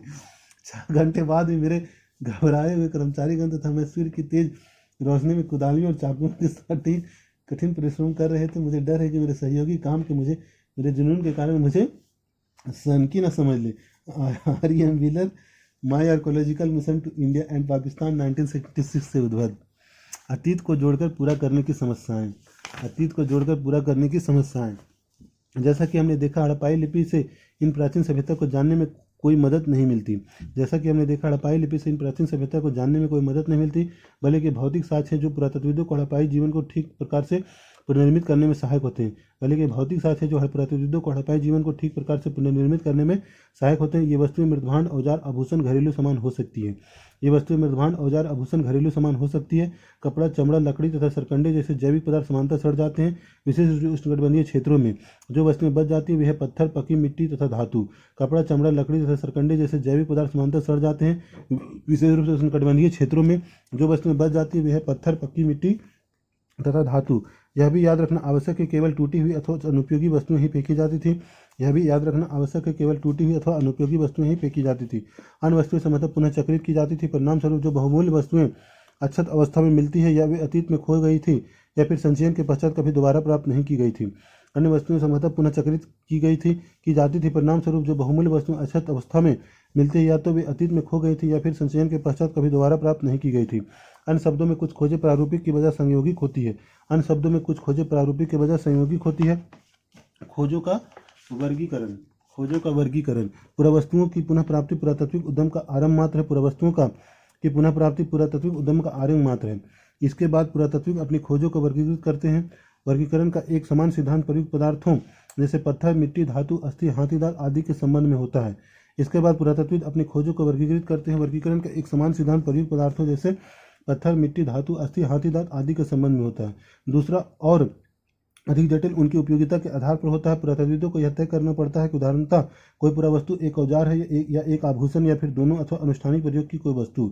दूसरा और अधिक जटिल है उनकी उपयोगिता के आधार पर होता है। पुरातत्वविदों को यह तय करना पड़ता है कि उदाहरणतः कोई पुरावस्तु एक औजार है या एक आभूषण या फिर दोनों अथवा कोई अनुष्ठानिक प्रयोग की वस्तु। किसी पुरावस्तु की उपयोगिता की समझ अक्सर आधुनिक समय में प्रयुक्त वस्तुओं से उनकी समानता पर आधारित होती है। मनके, चक्कियां, पत्थर के फलक तथा पात्र इसका स्पष्ट उदाहरण है। किसी पुरावस्तु की उपयोगिता की समझ अक्सर आधुनिक समय में प्रयुक्त वस्तुओं की उनकी समानता पर आधारित होती है। मनके, चक्कियां, पत्थर के फलक तथा पात्र इसका स्पष्ट उदाहरण है। पुरातत्वविद किसी पुरावस्तु की उपयोगिता को समझने का प्रयास उस संदर्भ में के परीक्षण के माध्यम से भी करते हैं जिसमें वह मिली थी। क्या वे घर में मिली थी, नाले में, कब्र में या फिर भट्टी में। पुरातत्वविद किसी पुरावस्तु की उपयोगिता को समझने का प्रयास उस संदर्भ के परीक्षण के माध्यम से भी करते हैं जिसमें वह मिली थी। क्या वे घर में मिली थी, नाले में, कब्र में या फिर भट्टी में। कभी कभी पुरातत्वविद को अप्रत्यक्ष साक्ष्यों का सहारा लेना पड़ता है। उदाहरण के लिए, हालांकि कुछ हड़प्पा स्थलों से कपास के टुकड़े मिले हैं, पर पहनावे के विषय में जानने के लिए हमें अप्रत्यक्ष साक्ष्यों जैसे मूर्तियों में चित्रण पर निर्भर रहना पड़ता है। कभी कभी पुरातत्वविदों को अप्रत्यक्ष साक्ष्यों का सहारा लेना पड़ता है। उदाहरण के लिए, हालांकि कुछ हड़प्पा स्थलों से कपास के टुकड़े मिले हैं, पर पहनावे के विषय में जानने के लिए हमें अप्रत्यक्ष साक्ष्यों जैसे मूर्तियों में चित्रण पर निर्भर रहना पड़ता है। पुरातत्वविदों के संदर्भ की रूपरेखाओं को विकसित करना पड़ता है। पुरातत्वविदों को संदर्भ की रूपरेखाओं को विकसित करना पड़ता है। हमने देखा है कि पहली प्राप्त पुरातत्वीय मुहर को तब तक नहीं समझा जा सका जब तक पुरातत्वविद को उसे समझने के लिए सही संदर्भ नहीं मिला। हमने देखा कि पहली प्राप्त हड़प्पाई मुहर को तब तक नहीं समझा जा सका जब तक पुरातत्वविदों को उसे समझने के लिए सही संदर्भ नहीं मिला। सांस्कृतिक अनुक्रम जिसमें वह मिली थी तथा मेसोपोटामिया में हुई खोजों की तुलना दोनों के संबंध में। सांस्कृतिक अनुक्रम जिसमें वह मिली थी तथा मेसोपोटामिया में हुई खोजों की तुलना दोनों के संबंध में। व्याख्या की समस्याएं। व्याख्या की समस्याएं। पुरातात्विक व्याख्या की समस्याएं संभवतः सबसे अधिक धार्मिक प्रथाओं के पुनर्निर्माण के प्रयासों में सामने आती है। पुरातात्विक व्याख्या की समस्याएं संभवतः सबसे अधिक धार्मिक प्रथाओं के पुनर्निर्माण के प्रयासों में सामने आती है। आरंभिक पुरातत्वविदों को लगता था कि कुछ वस्तुएं जो असमान और अपरिचित लगती थी संभवतः धार्मिक महत्व की होती थी। आरंभिक पुरातत्वविदों को लगता था कि कुछ वस्तुएं जो असमान और अपरिचित लगती थी संभवतः धार्मिक महत्व की होती थी। इनमें आभूषणों से लदी हुई नारी मूर्तियां, जिनमें से कुछ के शीर्ष पर विशेष प्रसाधन शामिल हैं, इन्हें मातृ देवी की संज्ञा दी जा गई थी।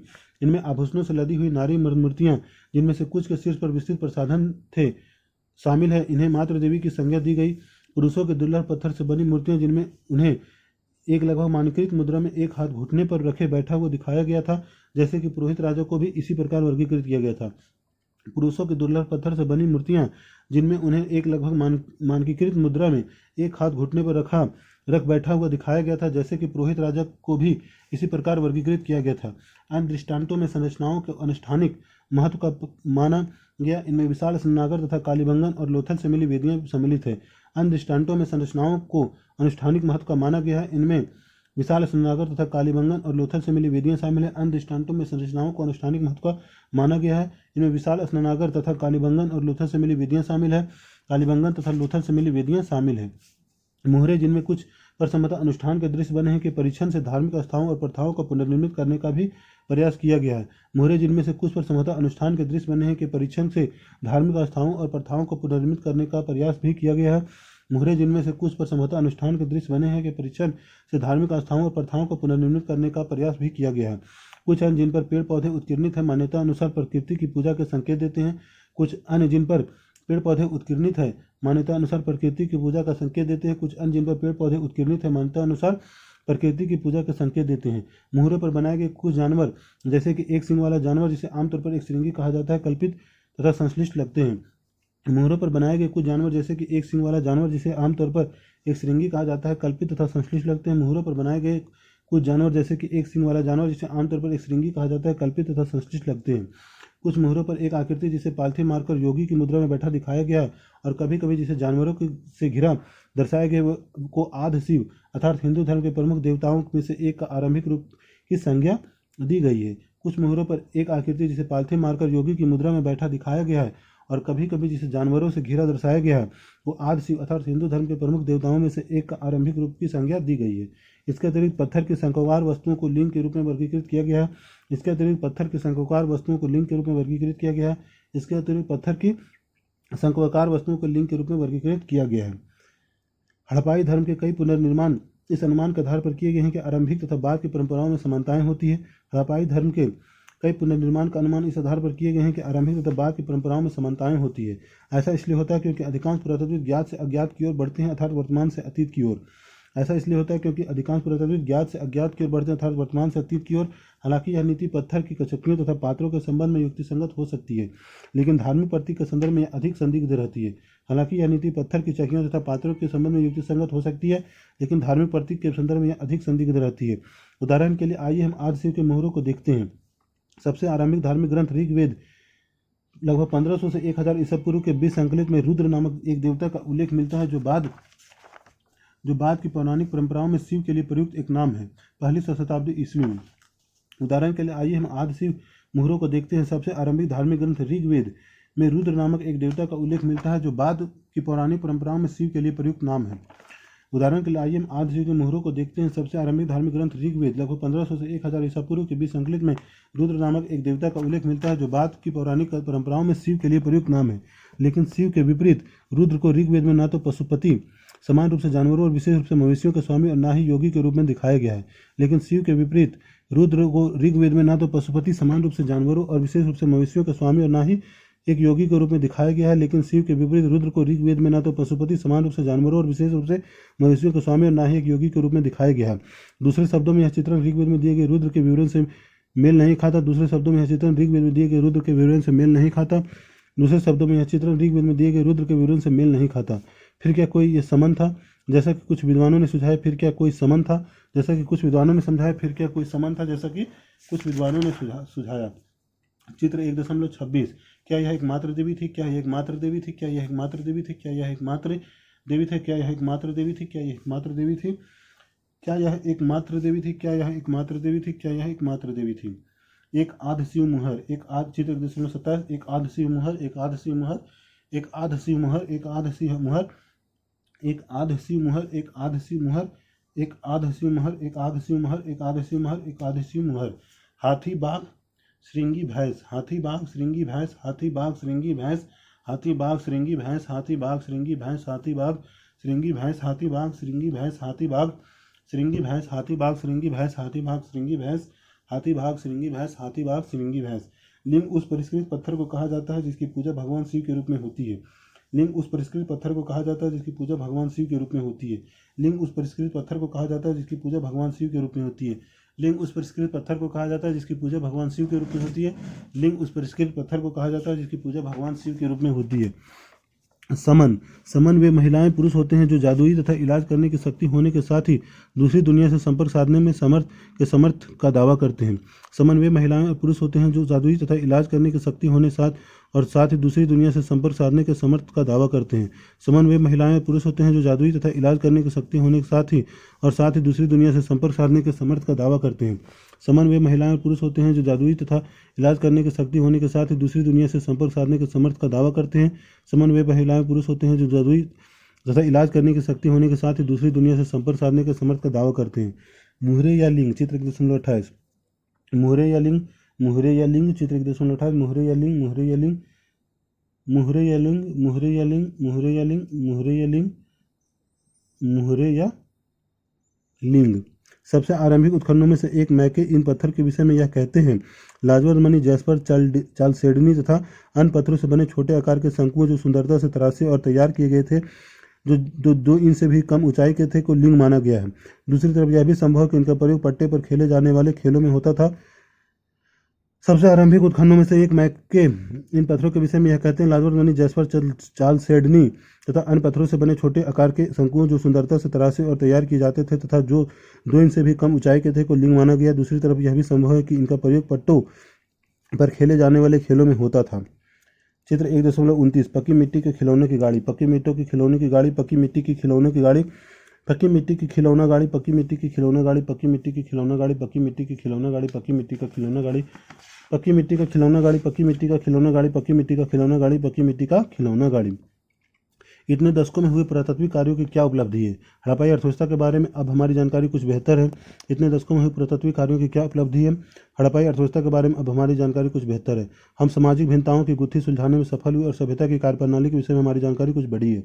हम सामाजिक भिन्नताओं की गुत्थी सुलझाने में सफल हुए और सभ्यता की कार्यप्रणाली के विषय में हमारी जानकारी कुछ बड़ी है। सच में यह स्पष्ट नहीं है कि लिपि को पढ़े जाने की स्थिति में हम और कितना जान पाते। सच में यह स्पष्ट नहीं है कि लिपि के पढ़े जाने की स्थिति में हम और कितना जान पाते। यदि एक द्विभाषिक अभिलेख मिलता तो हड़प्पा निवासियों द्वारा बोली जाने वाली भाषाओं के विषयों के प्रश्न में पर समतः विराम लग सकता है। यदि एक द्विभाषिक अभिलेख मिलता तो हड़प्पा निवासियों द्वारा बोली जाने वाली भाषाओं के विषय में प्रश्नों पर समतः विराम लग सकता है। कई पुनर्निर्माण अभी भी संदिग्ध बने हुए। क्या विशाल असलनागर एक अनुष्ठानिक संरचना थी? साक्षरता कितनी व्यापक थी? हड़प्पाई कब्रिस्तानों में सामाजिक भिन्नताएं कम क्यों दिखाई देती है? कई पुनर्निर्माण अभी भी संदिग्ध बने हुए। क्या विशाल असलनागर एक अनुष्ठानिक संरचना थी? साक्षरता कितनी व्यापक थी? हड़प्पाई कब्रिस्तानों में सामाजिक भिन्नताएं कम क्यों दिखाई देती है? स्त्री पुरुष संबंधों से जुड़े प्रश्नों भी अनुत्तरित है। क्या महिलाएं मृतभांड बनाती थी या फिर केवल उन्हें रंगने का कार्य करती थी, जैसा कि आजकल दूसरे शिल्पकारियों के क्या कार्य थे? स्त्री पुरुष से संबंधों से जुड़े प्रश्न भी अनुत्तरित है। क्या महिलाएं मृतभांड बनाती थी या फिर केवल उन्हें रंगने का कार्य करती थी? दूसरे शिल्पकारियों के भी क्या कार्य थे? नारी मृत्युओं का उपयोग था नारी मृत्युओं का क्या उपयोग था? हड़प्पा सभ्यता के संदर्भ में स्त्री पुरुष संबंधों से जुड़े पहलुओं पर बहुत कम विद्वानों ने अन्वेषण किए। यह भविष्य में होने वाले कार्यों को पूरी तरह से नया क्षेत्र है। एक हड़प्पाई स्वधान, एक हड़प्पाई स्वधान, एक हड़प्पाई स्वधान, एक हड़प्पाई स्वधान, एक हड़प्पाई स्वधान। चित्र 1.30 एक हड़प्पाई स्वधान, एक हड़प्पाई स्वधान, एक हड़प्पाई स्वधान, एक हड़प्पाई स्वधान, एक हड़प्पाई स्वधान, एक हड़प्पाई स्वधान, एक हड़प्पाई स्वधान, एक हड़प्पाई स्वधान। हर हर महादेव, जय माता रानी।